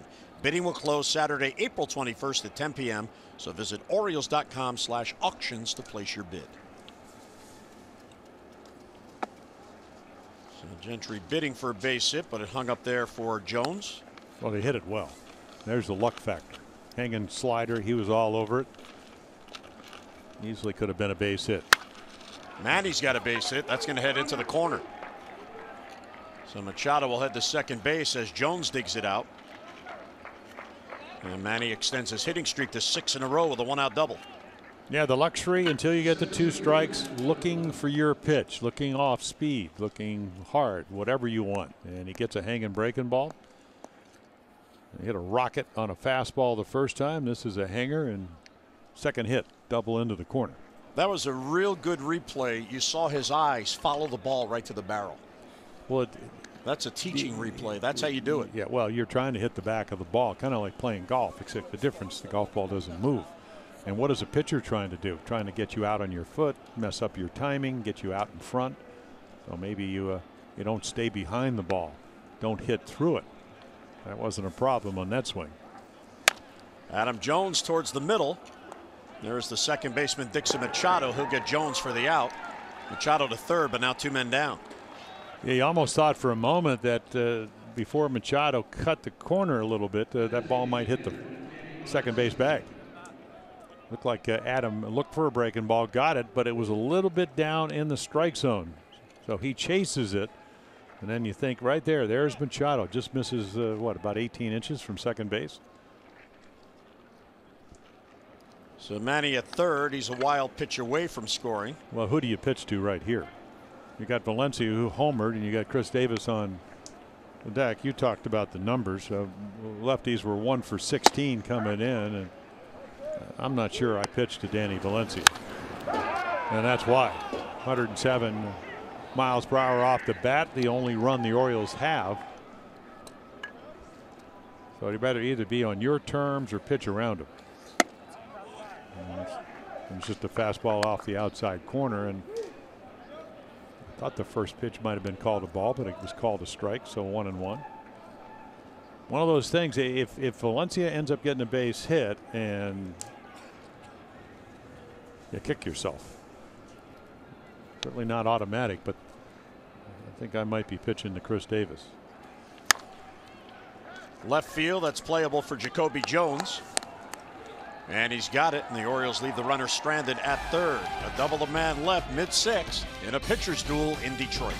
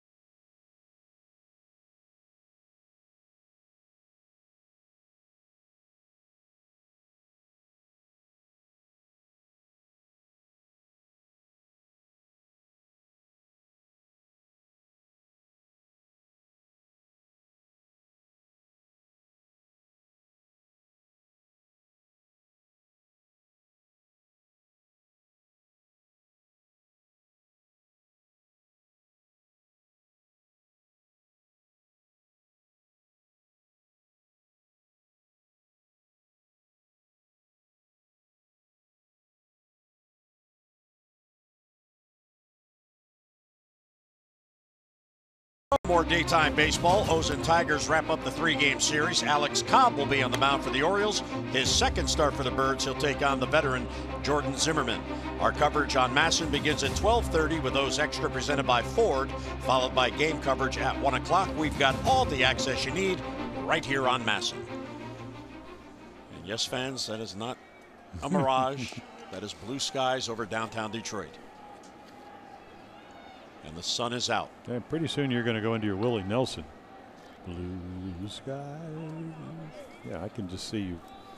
Are you a country western guy? No. No. No Jersey? No. Figured not.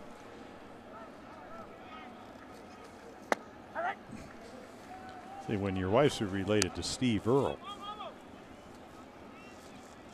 you know, you got to be into country western. Is he a singer? Yes, he is. Country western singer. Okay. Be like asking if Sinatra's Italian, or was Italian. Come on. Well, see, I enjoy Sinatra. You know, he's from Hoboken, New Jersey. There we go. All coming together. You know, and there's that Springsteen fella. And Bon Jovi's going into the Hall of Fame. Oh. That ball's hit deep to left field. Mancini on the run, and it is gone. It got over the wall. Wow. It carried just far enough, so Cabrera hits it out, and the Tigers have the lead at 2-1. Yeah, this game is all about home runs. All three runs. You know, good slider last time, got him out. This one stays up. Really, the first bad breaking ball that Kevin Gausman's thrown all afternoon. And you take a look right here, it just hangs inside half, and he hits it with one hand. But again, it is Miguel Cabrera. A couple MVPs, 4 batting titles.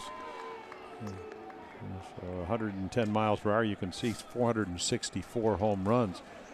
He's closing in on 3,000 hits too. About 300 away from that. So it carries out of here into the Tigers bullpen in a 2-1 game. So Miguel Cabrera getting to Gausman on his birthday, his 35th birthday. He's now batting .396 on his birthdays. He has 2 hits today, Cabrera.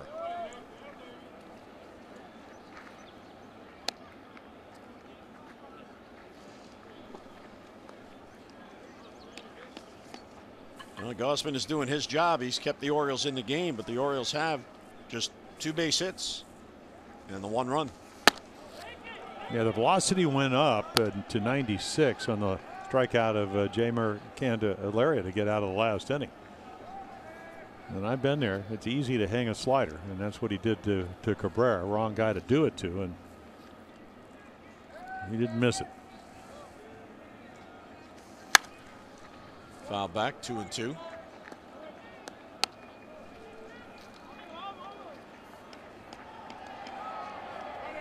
Gausman has allowed 6 hits, 2 solo home runs, and now trails 2-1.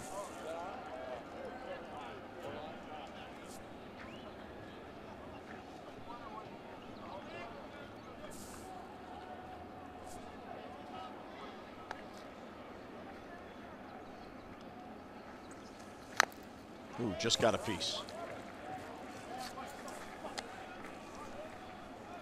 So very efficient. I mean, great ratio, 51 strikes, 27 balls, 2-0 fastball to Candelario for a home run, and then a hanging slider, and that's it. When he's gotten in trouble, he's been able to get out of it. Of course, the key is to get out of this inning and then give your offensive chance to give you the lead and maybe a win. And there's a base hit up the middle. But if you're Buck Showalter and bullpen is pretty well rested, you start looking at third time through the numbers, 304, 269, and then the batting average goes to 284, even though it's not a lot of at-bats. Well, 3 home runs in this game, and these teams, at least early on, have approached it differently. The Orioles, 24 runs off home runs, 53 runs. 45.3%, 7th highest in baseball. The Tigers, Jim, the opposite, the lowest in baseball, 15.1%. And wouldn't you know it, they have 2 home runs today for both their runs. You see the MLB average is 38% of runs via home runs. So here's Victor Martinez. Still nobody out. Well, you're wondering, and he tried to do it last night on his way to 3 hits. He tried to bunt down against the shift, and they give it to him again. Here's Miguel Castro beginning to get loose.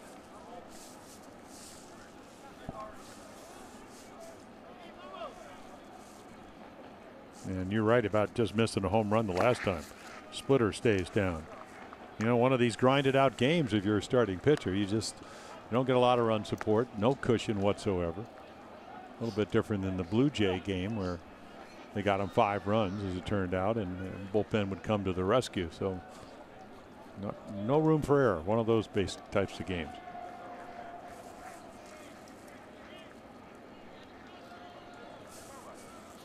Well, 2-0 on Martinez.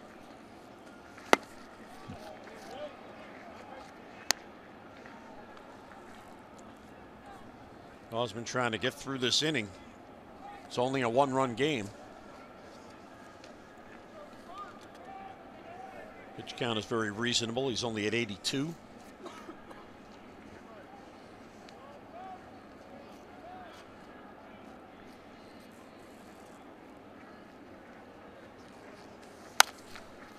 That was a real good pitch. That rode in on him.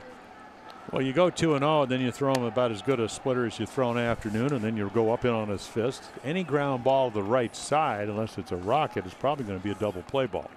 So that's what you're looking for. And then between Caleb Joseph and Kevin Gausman, what pitch will induce the grounder? And I would imagine if you don't strike him out, it would probably be the splitter.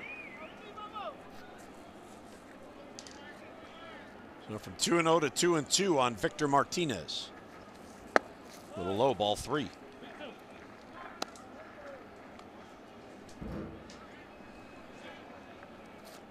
And we'll see if Ron Gardenhire will put Castellanos in motion. Martinez, a pretty good contact hitter.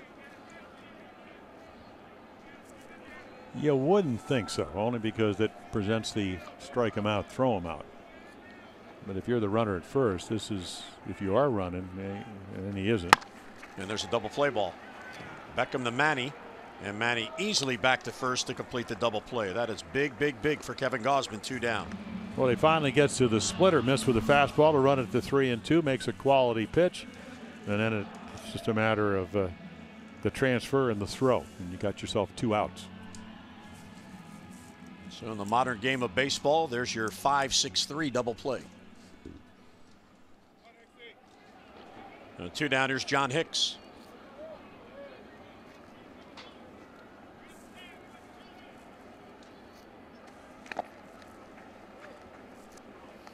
Chases a pitch in the dirt, 0-1.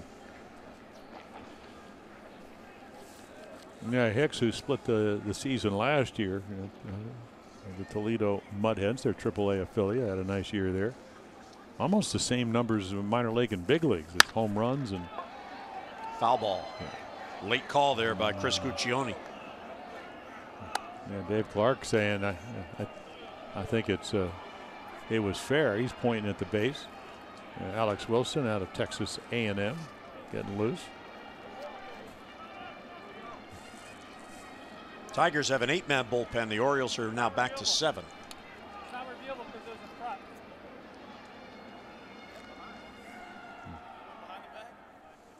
Ron Gardenhire questioned a review, but it hadn't reached the outfield. For whatever reason, you can't challenge fair foul balls in the infield, only in the outfield. So it's either the chalk line or the foul pole, but not the base.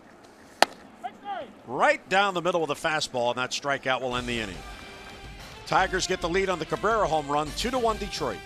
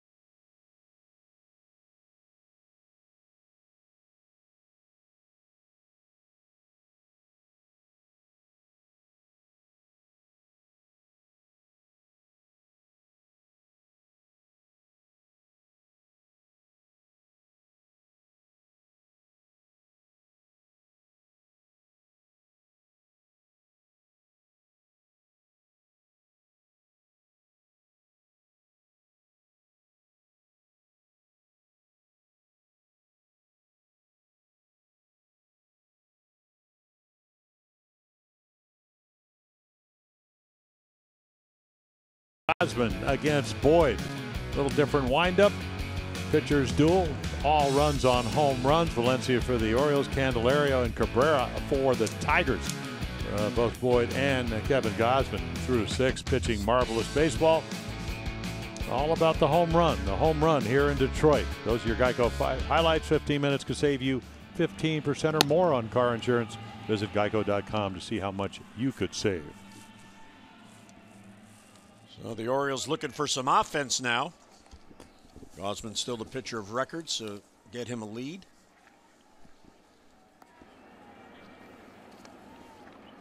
He very well could come out and pitch in the 7th. He's only at 88 pitches. Here's Chris Davis, only left-handed batter in there today. Breaking ball is low. Again, it's early on. It's only his 3rd start, but lefty's now just 1 for 17 against Boyd. Fouled off his foot, I believe. Ball and a strike on Davis. Well, it's the Mark Trumbo syndrome where he's on the disabled list. You lose a little bit of options. You know, Chris Davis struggling against just in general, and you know, we saw it against Liriano. Lefties were 1 for 11 off him. You play him, 3 strikeouts. So instead of giving him an off day, maybe letting the mental aspect kick in. But it doesn't mean in a 2-1 ball game that he can't make a difference. You know, all it takes is one hanging breaking ball. That's what Cabrera hit off of Gausman, and game's tied. And he's out on strikes, one after a high fastball. The strikeout number 6 and 1 away. Well, you see where the target is, and that ball's up and in. So he misses his target by about 1.5 feet, but just puts enough on. And if your hands drop, here comes Ron Gardenhire. I mean, 6 1/3 innings, a couple of hits. He has really pitched a good game, and why not go to the bullpen? It's been very good for you. So he left him in to face the left-hander Davis. Pitching change in Detroit.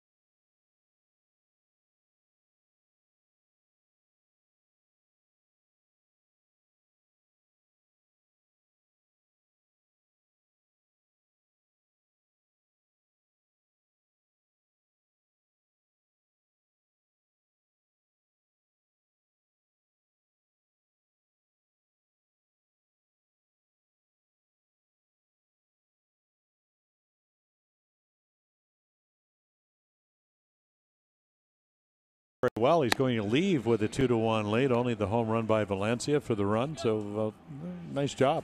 Didn't walk a whole lot of guys. Alex Wilson will come on. 66 games last year.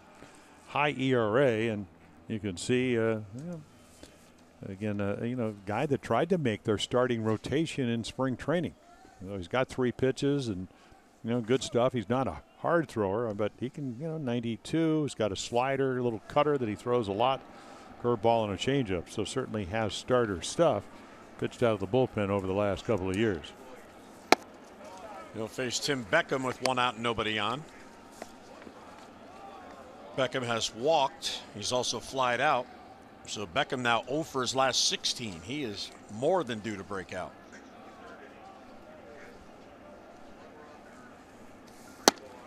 Fastball right there. Ball and a strike. Wilson was born in Saudi Arabia. His dad was a geologist and was working over in Saudi Arabia when he was born. Looking for oil.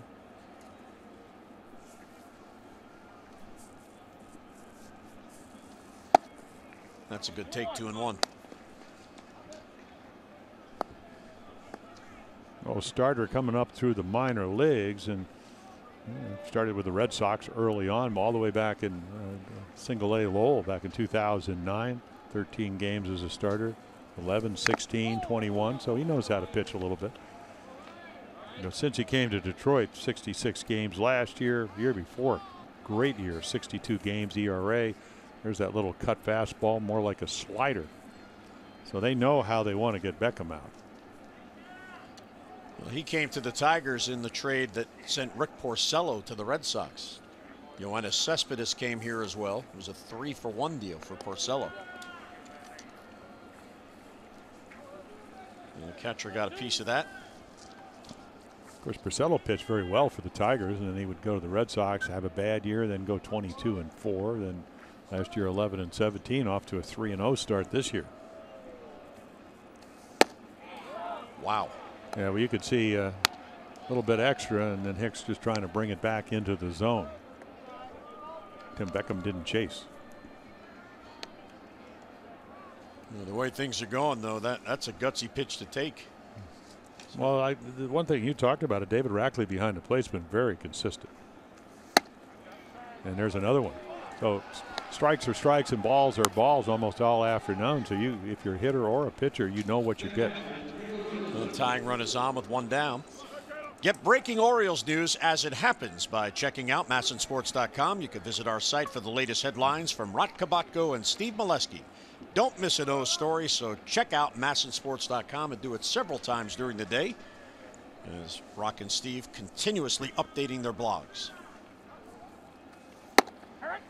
Strike one to Caleb Joseph.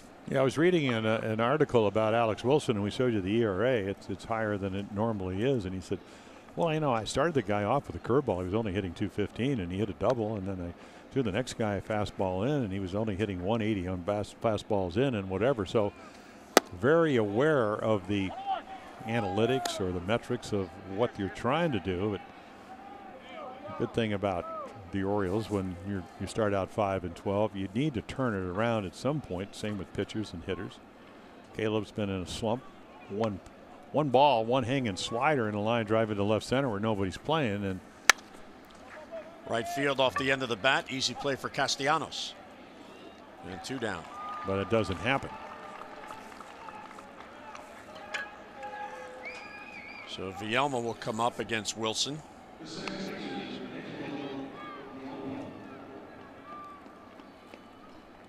Beckham on at first with two down now.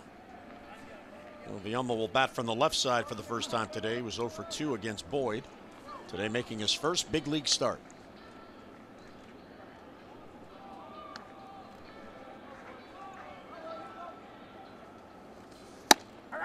Strike on the inside. Wow, corner. 96.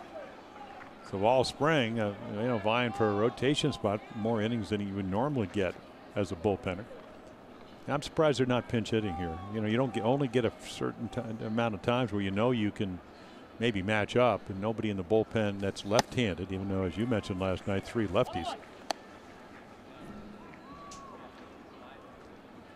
Yeah, You've seen Santander or Alvarez. You got a 4-man bench that you talked about. One of them, of course, is Chance Cisco, your backup catcher, who will likely catch tomorrow's day game. Yeah, Jordan Zimmerman, the righty, who was hit in the right side of the jaw the last time. So Pedro will not hit at this point. Your closer's right-handed, so maybe he's saving. You see Pedro there getting ready just in case. There's Mr. Scope On the DL with a oblique, grade 1 oblique pull injury.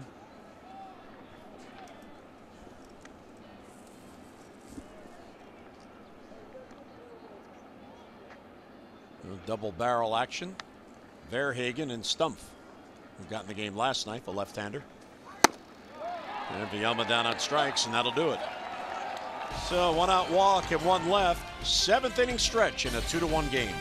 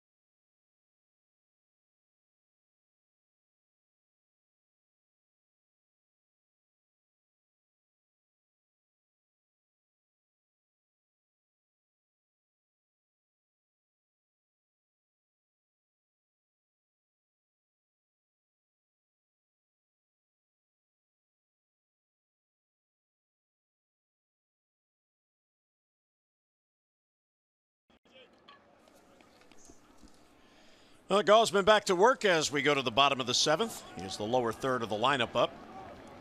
Jones, Iglesias, and Machado. Orioles trail 2-1. Birds have just 2 hits.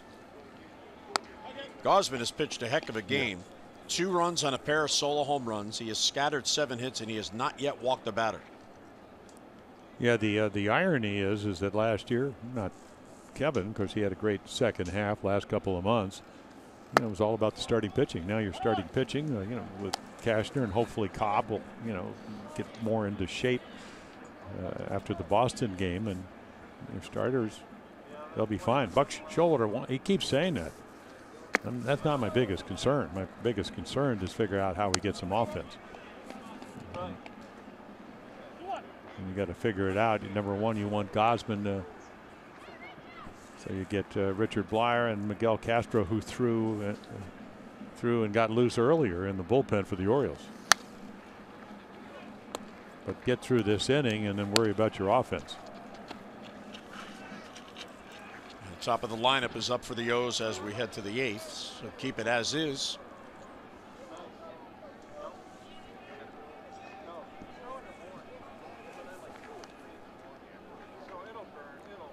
And the 2-2 to Jacoby Jones is fouled back. They got an opportunity last year, just couldn't quite make the transition from the minors. Came over from the Pirates in a trade. Really good minor league player for the Pirates, stealing bases. 1 year at 23 home runs. But in the big league level where they can pitch, contact was a problem.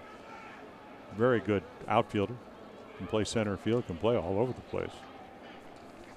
All you got to do is, he reminds me kind of, well, he hits right-handed, but Josh Reddick. Remember when Reddick came up with the Red Sox? You know, fast twitch guy, very athletic. Line to right field. Gentry sliding try. And did he make the catch? No, he trapped it. So there's a base hit. He was fortunate that ball didn't get by him. Yeah, Jones scorches it to right, and this is a dead triple, maybe an inside the Parker, but that's a great play because it bounces way in front of him. So 102 miles per hour. League average is 88. And then extra bases by a nice play by the right fielder, Craig Gentry.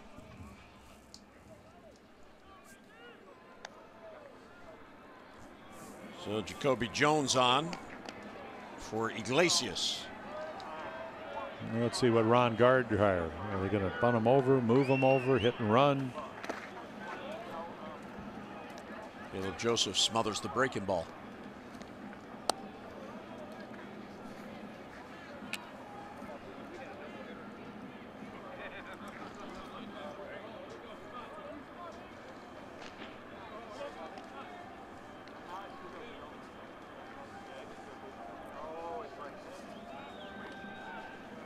Jones has 2 steals in 2 attempts. Orioles have caught 5 of 15 trying to steal.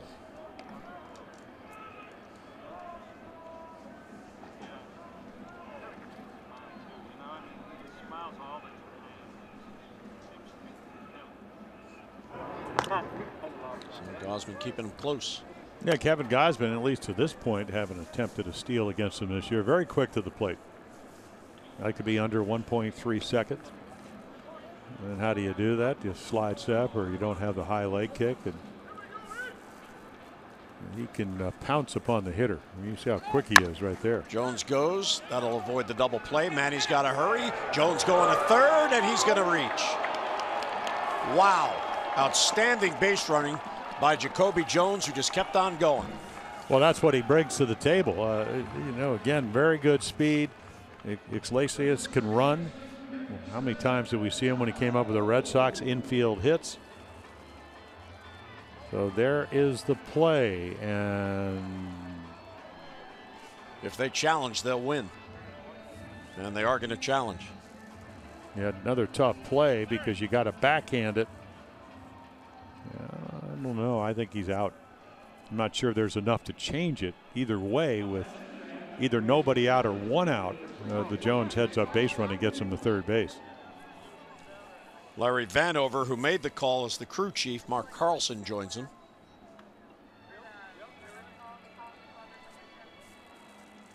Gives you an idea how difficult it is to umpire. Putting the ball, getting there almost simultaneously. I think Buck may be coming out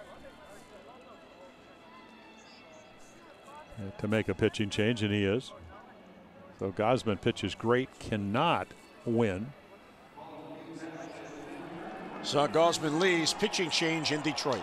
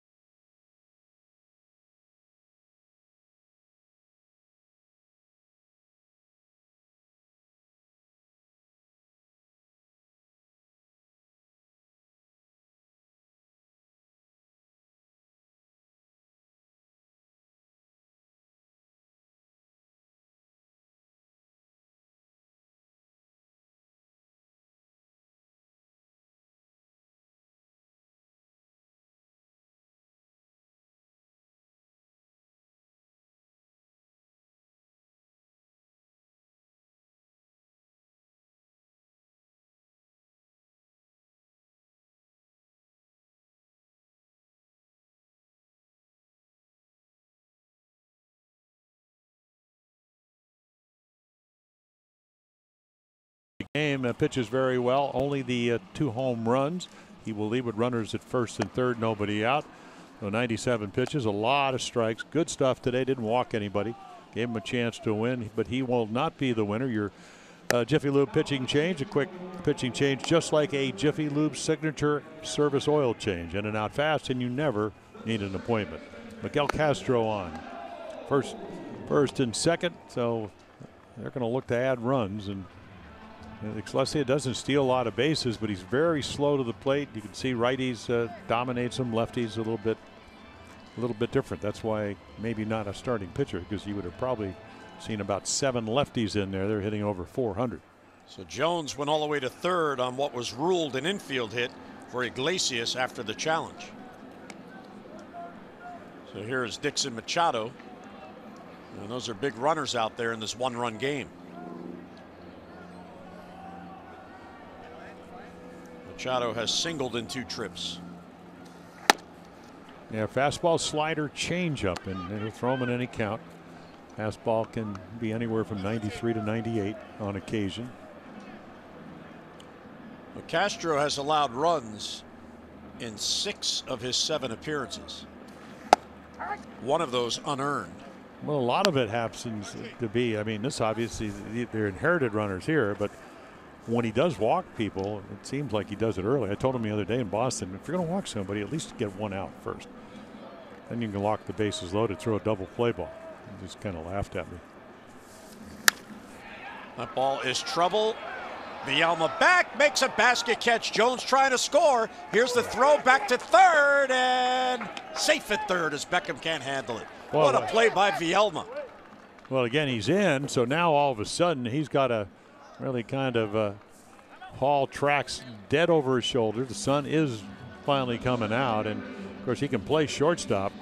This is a very difficult play. Little Willie Mays, and then a bang throw. They don't send him because there's nobody out, and again bang at third base. Jones gets back, goes halfway because of the speed factor, and just barely gets back to third base. What a nice defensive play. So Castro got his man with help from Vielma. And Richard Blyer comes on to face Leonis Martin. Big moment in this game in the 7th.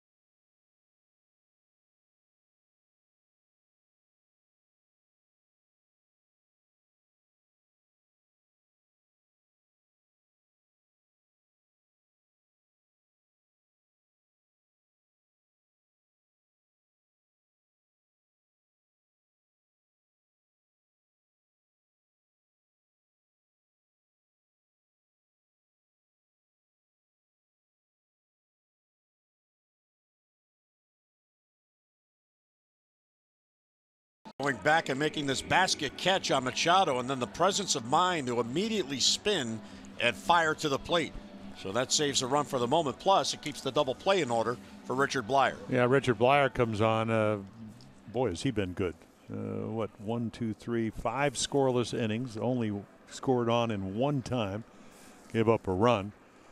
Righties, lefties do hit him well, so your matchup Martin against him maybe favors the Tigers a little bit with runners at first and third. The master of getting people out, not overpowering, change ups, little cutters, little slider, and the infield's still in. And the good thing about Martin is that he chases pretty much everything you throw. When you start winding up, he starts swinging.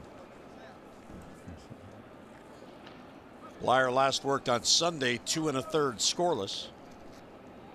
And as Jim mentioned, 5 consecutive scoreless appearances. Well, the one in New York in a game the Orioles won, I mean, that's 3 innings, 3 hits in Yankee Stadium. So he keeps the ball in the ballpark. picked up from the Yankees, former starting pitcher coming through the minor leagues. Not an overpowering guy. One of those guys you go, well, what does he do? Nothing except get people out. That's the way it's turned out. But the most unassuming young guy in the world. Ball and a strike on Martin.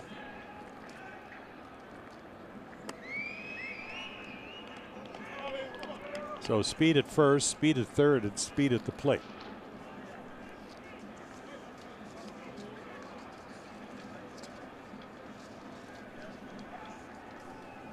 Runners on base, Gosman's responsibility.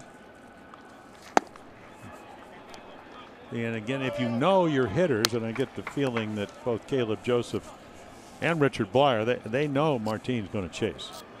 So it's a matter of executing, and that was the perfect slider. You got a lot of options here. You can go up and in, probably strike him out up and in, or you can get him to chase again. Time requested by Caleb Joseph.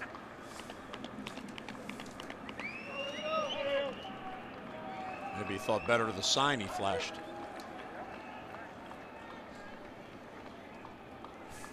And he got him. A big out for Blyer. 2 men down.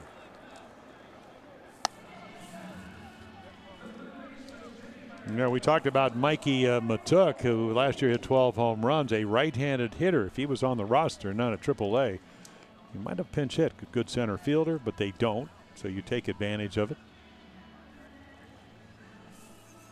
Michael Givens now getting loose. He worked an inning in the game last night.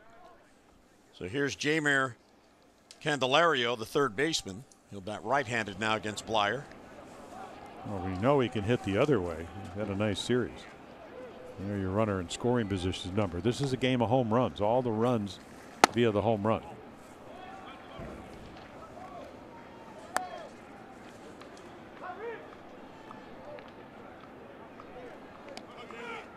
Only 12 at bats against the lefties. 2 for 12 for Candelario. There's a chopper. And he has to hurry, and he gets it there just in time. And what a job by the bullpen. First and third, and nobody out, and Castro and Blyer get out of it. We head to the 8th in a 1-run game.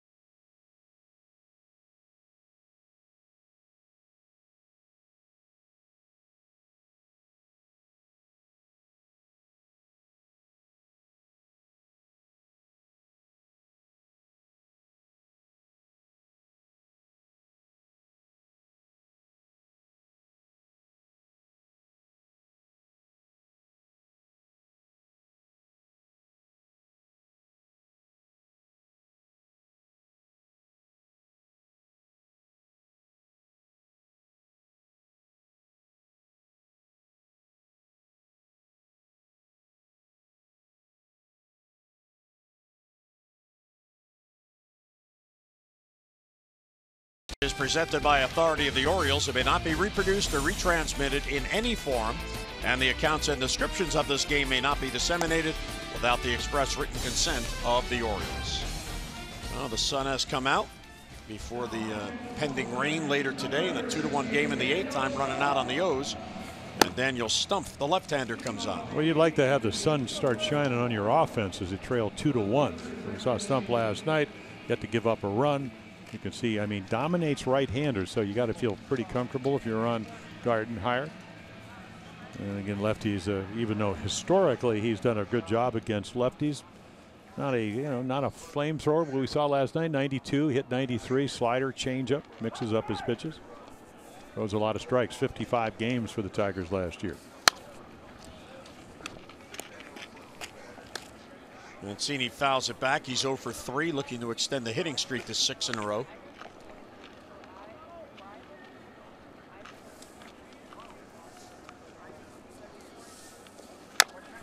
Chop foul, 0-2. Yeah, fastball on the fist, changeup down in the strike zone, hoping that he'll roll over. And now you got a scuffle. Good news for the Orioles, at least they saw him last night.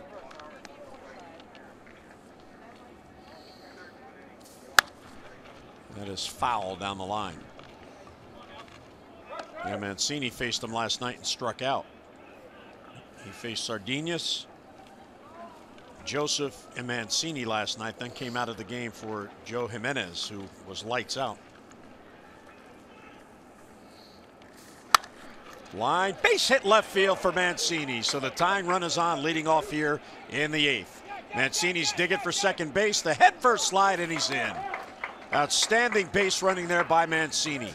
Yeah, I mean, Jacoby Jones does everything possible. That ball 105 into the corner. He gets to it very quickly, but there's a sense, Trey not a burner. Tried to come down in it again, and he just slashes it down the line. There's Jones.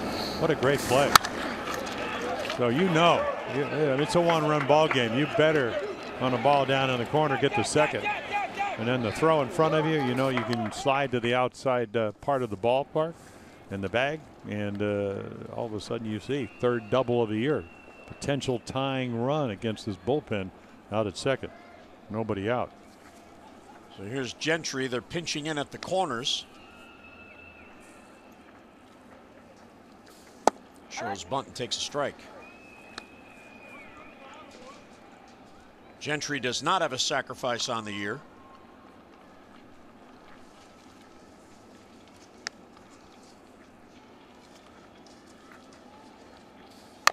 And he bunts it, and it's a good one.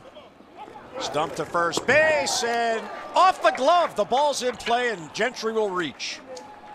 Cabrera couldn't hold it. Well, a couple of things that come into play in this particular play is the fact, number one, he gets it down, and then the speed factor. Stump goes a long, long way to have to go down the third baseline and then makes a throw, and it's a long throw. You work on this all spring, but not from this angle. So he gets to it quickly. A little bit of throw off the glove of Cabrera. So everybody trying to defense the bunt. Assumed it was going to bunt.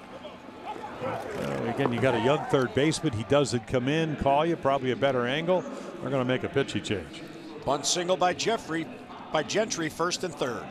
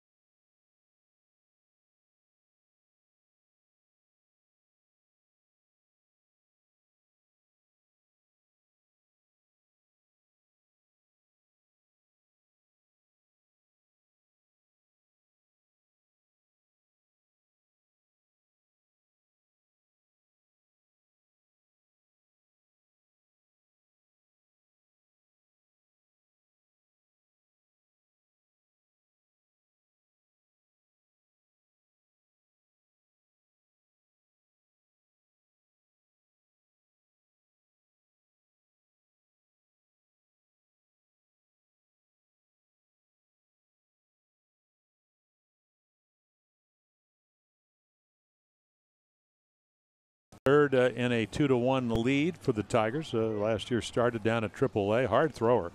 Got a good fastball. He's got all the pitches. You know, fastball 94, slider, and, you know, maybe upper 80s, curveball, changeup. So 4-pitch pitcher, and he gets to face Manny Machado. So the Orioles with 2 hits in the inning. Gentry's sacrifice attempt was so good he beats it out for a bunt single. And here's Manny with a chance to get this game even or more.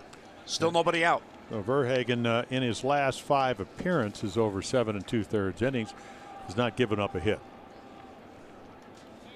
A good angle, tall pitcher at 6'6", throws the ball downhill with good stuff. Wow. Nice play there by Hicks. He saves a wild pitch. And he's looking, I mean, he's looking at David Rackley, the home plate umpire, and he said, how did I ever catch this? I mean, that's not even the 50, you know, it's 60 feet 6 inches to home plate. This ball, look how far out front. That ball's probably like 55 feet, and he caught it. Easily could have been a wild pitch. Tying run could have scored. Winning run could have gotten into second base, or the potential go-ahead run. Sometimes it's just amazing. We were talking up in Boston, Jim, about how the catchers have gone to that hinge glove, the old round one with just a kind of little pocket. No way you could have caught the ball with that. 1-0 on Machado. Ball 2. Manny has doubled in 3 trips, extending his hitting streak to 6 consecutive games. Mancini this inning with a double extends his streak to 6. Yeah, he had a rocket the first time. Easily could have been a couple of hits this afternoon. Ooh. Yeah, brought it down. Hicks brought it back into the zone.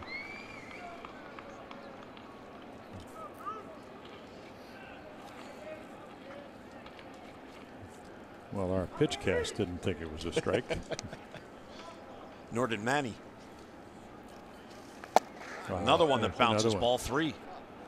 Well, you got to be looking fastball here, especially when the guy's in the mid-90s, and we'll see if he gets it. You don't have to get a base hit to tie the game up, but you certainly, the way you've lost 4 in a row, 6 out of 7, you want to tie it up, but you also want to take a lead. Gentry runs, swinging a ground ball, base hit for Machado up the middle, and here's Mancini to tie it. Gentry all the way to third, and the Orioles back even at 2.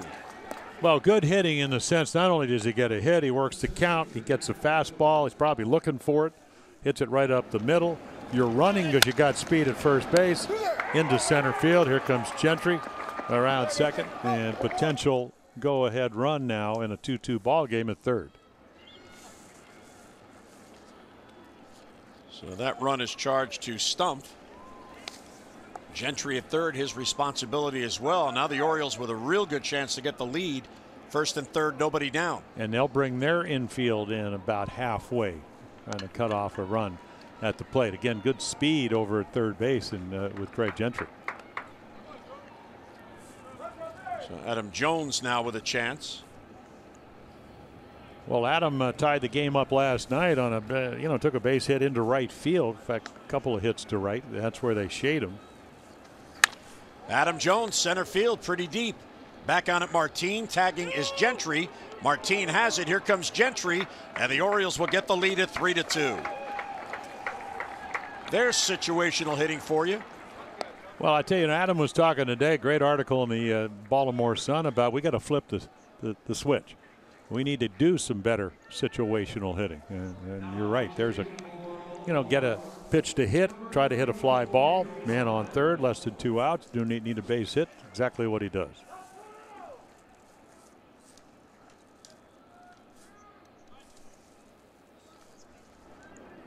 So Valencia's spot is due. Here's Pedro Alvarez to pinch hit.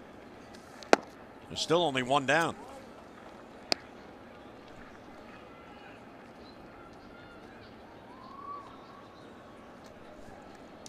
Pedro at 320. He is 8 for his last 18. Pretty amazing how he keeps that stroke even though he gets inconsistent at bats. It's pretty amazing nobody's picked him up. Last year 22 home runs down at AAA Norfolk. There are enough teams that need somebody with left-handed power. towards the shift. Nobody at second base, so the only play is at first. Ball dropped, and he picked it up in time. So 2 down. Machado goes to second. So that time the shift hurt the Tigers. Oh, did it ever? That was a routine double play ground ball.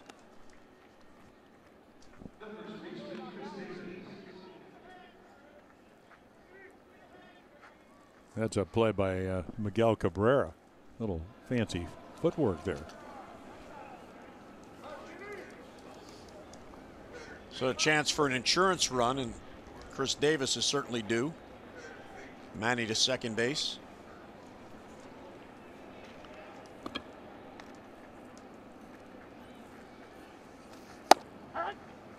High strike, 0-1.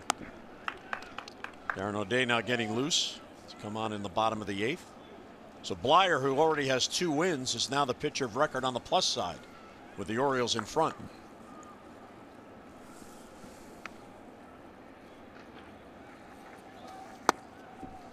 Ball and a strike.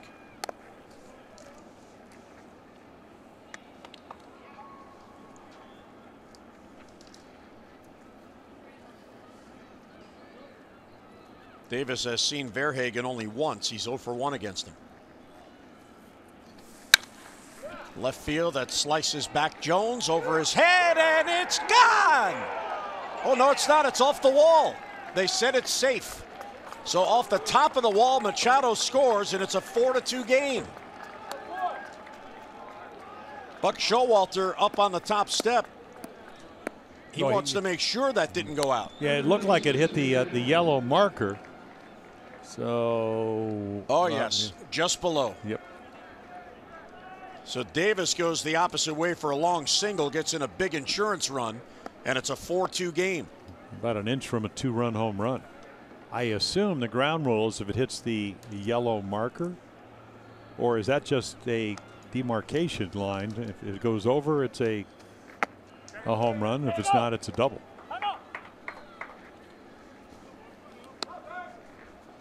Yeah, that would have to have hit the wall there, because if not, it's into the bullpen.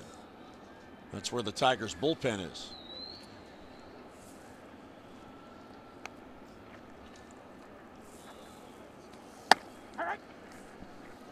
So here's another look at this ball. Chris Guccione, the third base umpire, signaled safe, which meant the ball was in play, and that did hit the yellow, Jim. Yeah, so it must be in play. It has to. I mean, that's just to get a better idea whether it hit the top of the wall and went over, obviously. Otherwise, that should have been a home run. David Rackley says he went. 1-2 on Beckham. So how about the Alvarez double play ball, but because of the shift, they don't turn it. The Orioles get an extra run.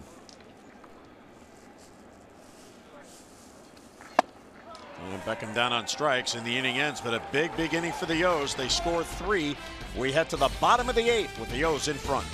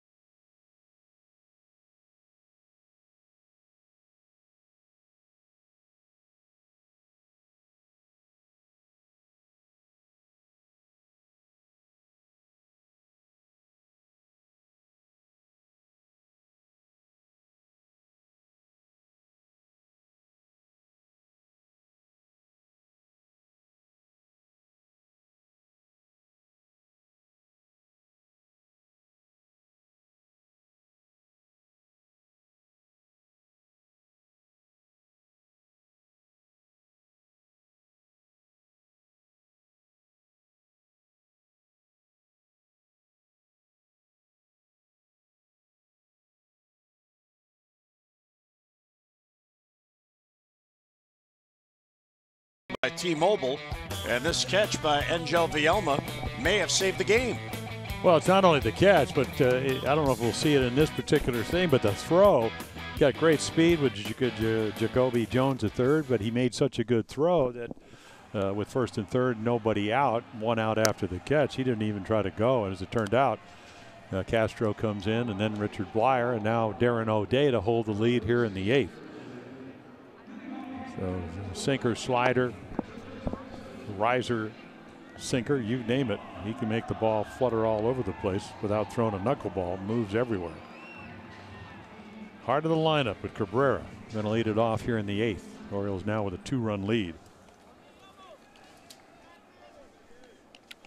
So Miguel Cabrera, who is 2 for 3 on his 35th birthday. He homered in the 6th to at the time give the Tigers a 2-1 lead, and that base hit by Davis that just missed going out drives in a huge insurance run for the O's. They now have a 2-run cushion. So here is Cabrera, Castellanos on deck, then Martinez.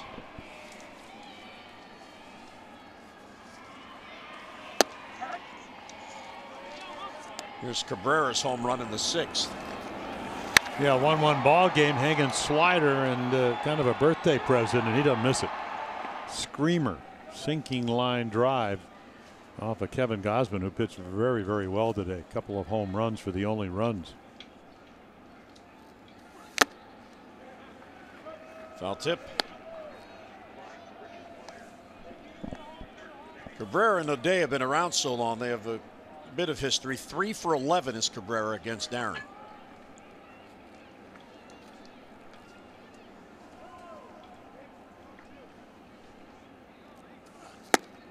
Just outside. Yeah, 317 lifetime batting average. So, you know, in the 270s is a good batting average if you can keep Cabrera to that.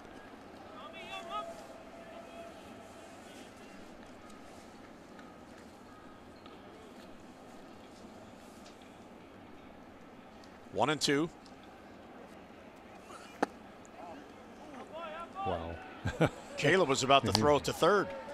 Well, Darren, you know, he's not laughing. He's just kind of laughing at the irony that what was been called a strike. Rackley was really consistent until maybe the last inning or so.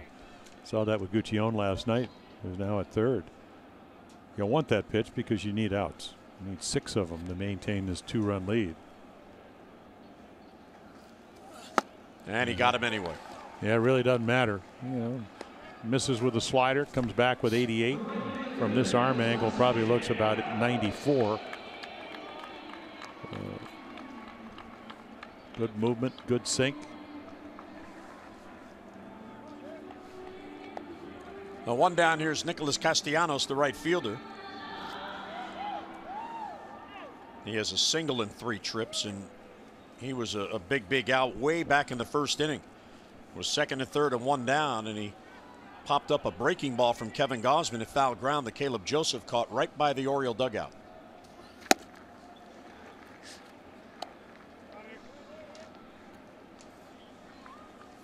And if you're sitting at home, you're going, how does a major league hitter, and a good one at that, swing at a ball 3 feet outside? You just do not see the ball very often from the release point of Darren O'Day. And that's, plus, you know, he moves it. I mean, he moves it around. He can ride it. He can sink it.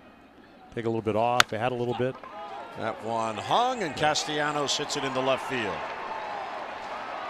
Mancini a long way over to dig it out. So there's a 1-out double, and that's the importance of the insurance run. So Castellanos at second base with 1 down. Well, it's a whole new ball game with RBI Baseball 18. RBI Baseball 18 delivers an all-new franchise mode and much more. RBI Baseball 18 is available now. Learn more at RBIGame.com, rated E for everyone.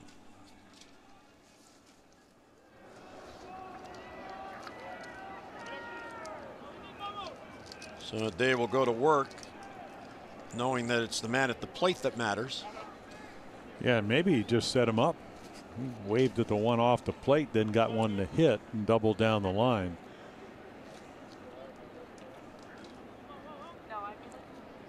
Martinez is 0 for 3. He got left-handed for the first time. Oh, excuse me. He's been left-handed all day. Looking at the wrong line. I know the sun. The sun has certain effects on different people. And there's Shane Green.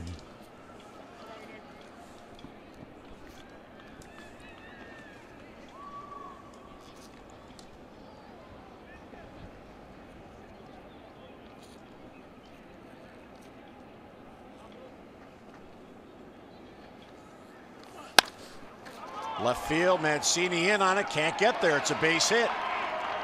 So here come the Tigers again. First and third with one down. The tying runs are on. It is not easy. Well, .298 lifetime hitter. You know, he fights it off. We saw him do that last night. One of his 3 hits. You know, a lot of times, and they will pinch run for him. I think Victor Reyes is going to come out, who pinch hit ran last night in the ball game. Would eventually score the 4th run. 4-2 Tiger win. So he's got real good speed. So now all of a sudden, a little bit of pressure on the Oriole defense and Darren O'Day. Well, there's one down. So a double play could end the inning. And you have the catcher at the plate, John Hicks.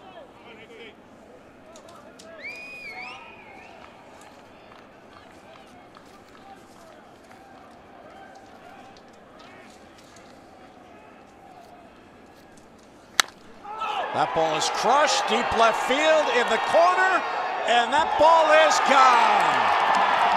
It is a 3-run home run for Hicks, and the Tigers have the lead back. Wow. A double, a single, and a 3-run homer. Well, he almost gets an identical pitch that Cabrera hit for a home run earlier, and that's the slider that hangs inside, becomes very hittable. You take a look where the target is, but it's just a hanger. And you're hoping it gets down and it's only a double. And it doesn't. Looked like it hit the top of the wall. And so a very hittable pitch that Hicks doesn't miss. So the Orioles trail yet again. Each team with a 3 spot here in the 8th inning. Here's Jacoby Jones. Chopper foul.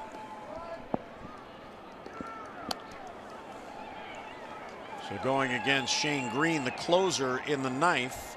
Joseph Vielma and then Mancini due up.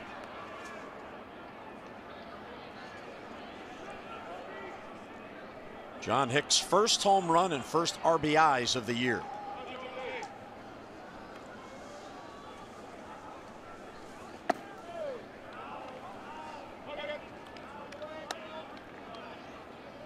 So O'Day has now allowed home runs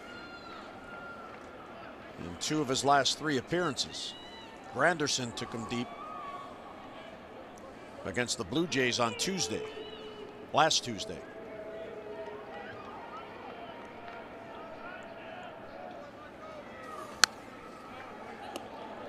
Somehow got a piece of that ball that ran in on him.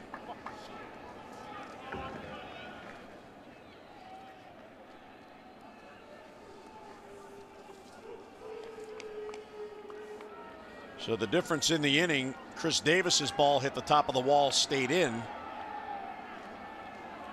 And Hicks hits the top of the wall, but it carries out for a homer. 2-2 on the fastball up and in.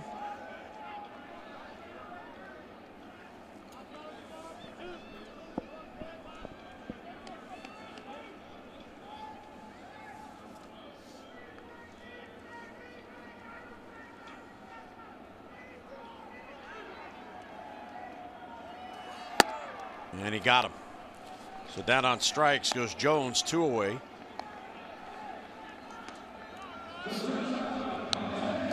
No, perfect slider. I mean, the one that you wanted to throw to Hicks, the one you wanted to throw to Castellanos.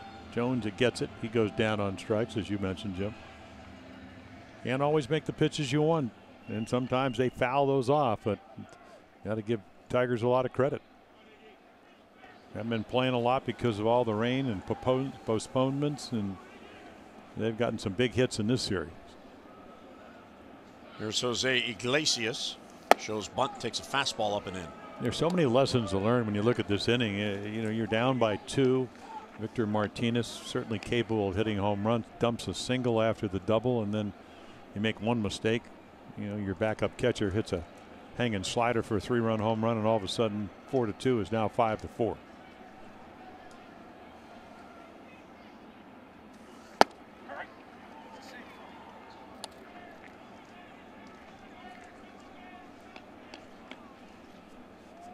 Ball and a strike on Iglesias.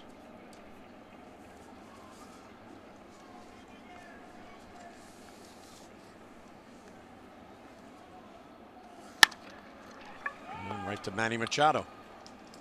That will end the inning, but a big inning for the Tigers as they get the lead. Our Ram do-ups, last chance for the O's.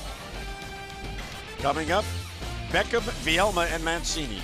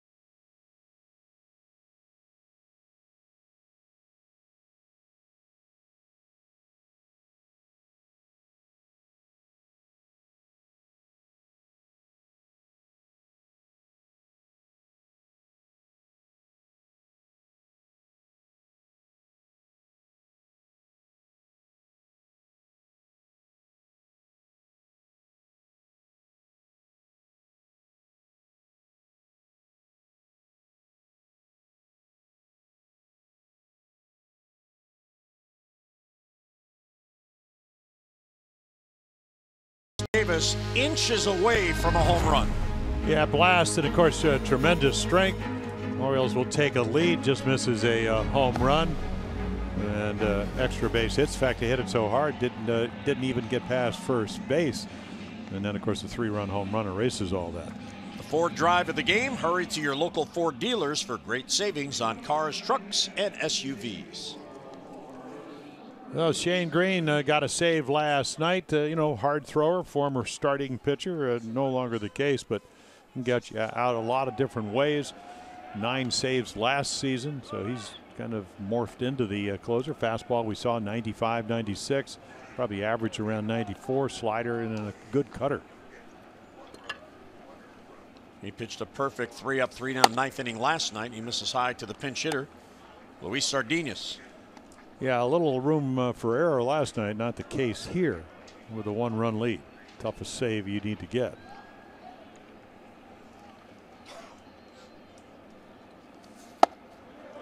And ball 2. Francisco is on deck to pinch hit for Vielma. And then it's Mancini's spot.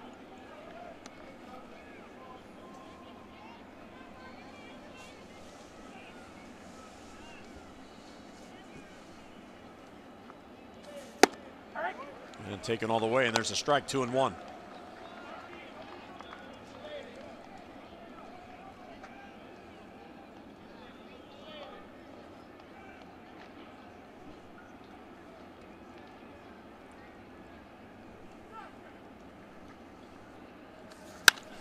Slap the other way towards the corner. That is foul. Yeah, they're shaded that way, Jacoby Jones. I think if it goes fair, he'll probably catch any ball unless it's a little looper. I mean, everybody shifted. They're almost playing him like a right-handed pull hitter. Pedro Araujo is getting loose, hoping for a 10th inning, or bottom of the 9th anyway. Right field, Towards the corner, does it have enough? Back it goes, and that ball is gone, and we're tied. How about that? Luis Sardinas comes off the bench, and his first home run of the year ties it. Wow. Oh, I'm telling you, late on the fastball, right on time on the breaking ball. Probably thought he could strike him out. And he speeds up the bat with a slider. And the rest is history as he ties it up 5-5. Well, one of the cardinal rules, if you guys late on your fastball, don't throw him a strike. And it's down and in. It's not a horrible pitch. It just speeds the bat up. And again, he just reacts to it. The next thing you know, it's a tie ball game. So Brad Brock now has joined Pedro Araujo. And yep, you can smile, Luis. 1-1 on Cisco, who's pinch hitting for Vielma. Yeah, somebody on my Twitter account said, what do you mean speeding up the bat? Well, you just saw it. Late on the fastball, right on the slider. Didn't mean to throw it where he did, but all he did was drop the bat head. So the Orioles have life. We're back even at 5. And nobody out. Sardinas the leadoff home run. Cisco trying to get on to turn the lineup over for Mancini. Good fastball gets by him. And Shane Green apparently not going to make the same mistake. Both balls in the glove. Chance Cisco, who, I mean, did hit 2 home runs. He's never been a home run guy, even though last year shocked the world with some power. And he got him, so he stayed with the fastball, and Cisco can't catch up to it. 1 down. Well, you were talking about trying to read the bat. I mean, whether you're John Hicks behind the plate or Shane Green, you react to the way the hitter reacts to you, and he just throws it right by him.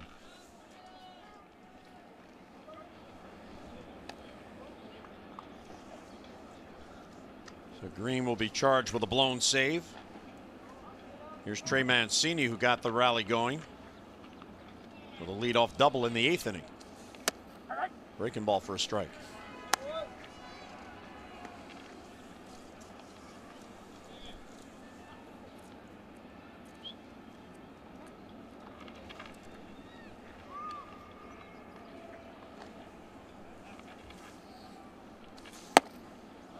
Ball on a strike. Now, he's got a good arm, and we talked about it a little last night. Came up as a starter for the Yankees, got 15 starts, went 5-4, and then traded over to the Tigers, and then as a starter went 4-8 with an ERA of a little under 7 runs a game. And then all of a sudden, the next thing you know, he's in the bullpen. And he has pitched well for him. Yeah, that is a power arm. 96 he gets it up to.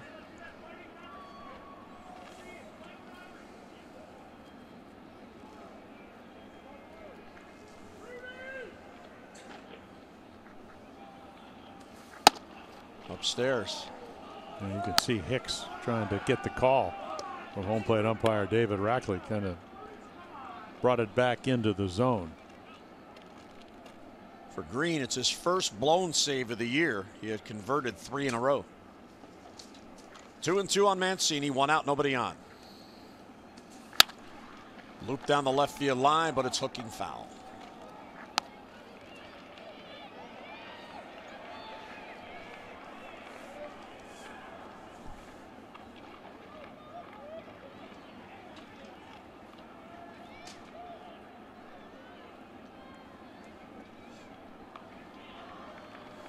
Back even at 5. A lot of room in that left center gap for Mancini.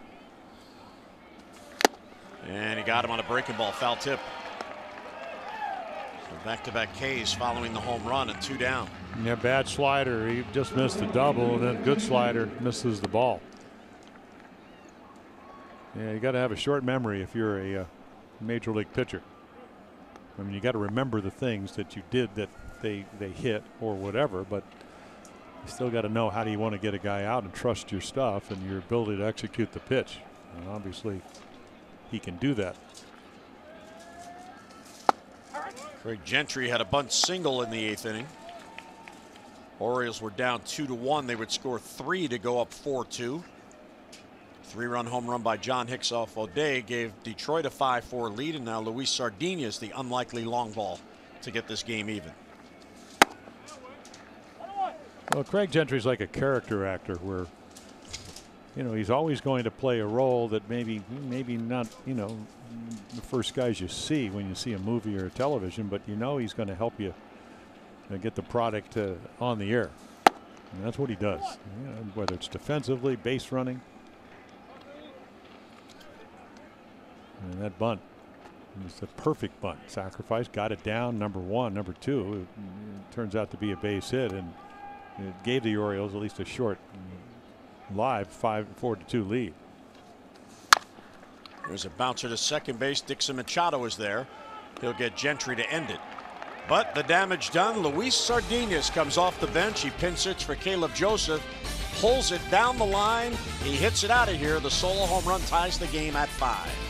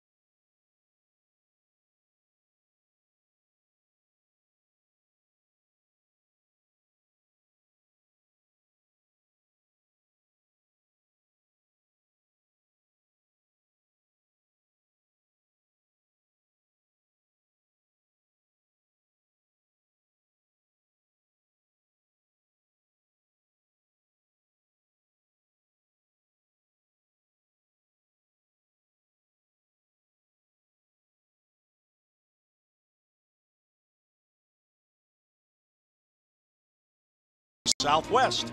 Low fares with nothing to hide. That's transparency. Hey, it's dog day at the park. Puppies having fun out there. Of course they are. The sun finally came out in Detroit.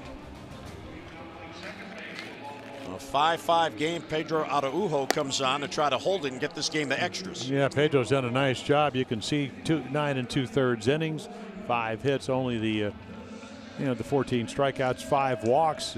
Really, if you go back and look at his outings, and this will be outing number 7.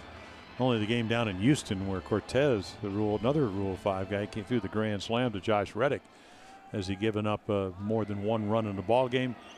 But 4 out of the 6 appearances scoreless. And that's what the Orioles need here in the 9th inning. They'll face Dixon Machado, the number 9 batter, then Martin and Candelario. So 9-1-2. And there's a ball outside. Another pitch that looked like it had the zone. When you don't move the glove, it didn't look like it was low. 94, got a great split changeup, occasional slider. Left field, Mancini back on it. It's over his head and it's gone. Machado walks it off for the Tigers. A heartbreaking loss for the O's.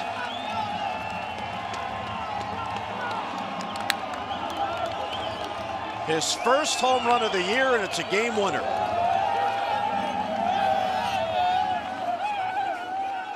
Now you take a look, 1-0. Araujo's best pitch is the changeup. And of course, Machado doesn't get that. He gets a high fastball, and he just smokes it. Once again, you're hoping it sinks, dives enough, top spins off the top of the wall, and welcome to the big leagues. Rule 5 guy last year, mostly at A-ball. And again, makes one bad pitch, and he pays for it. 6-5 Tigers.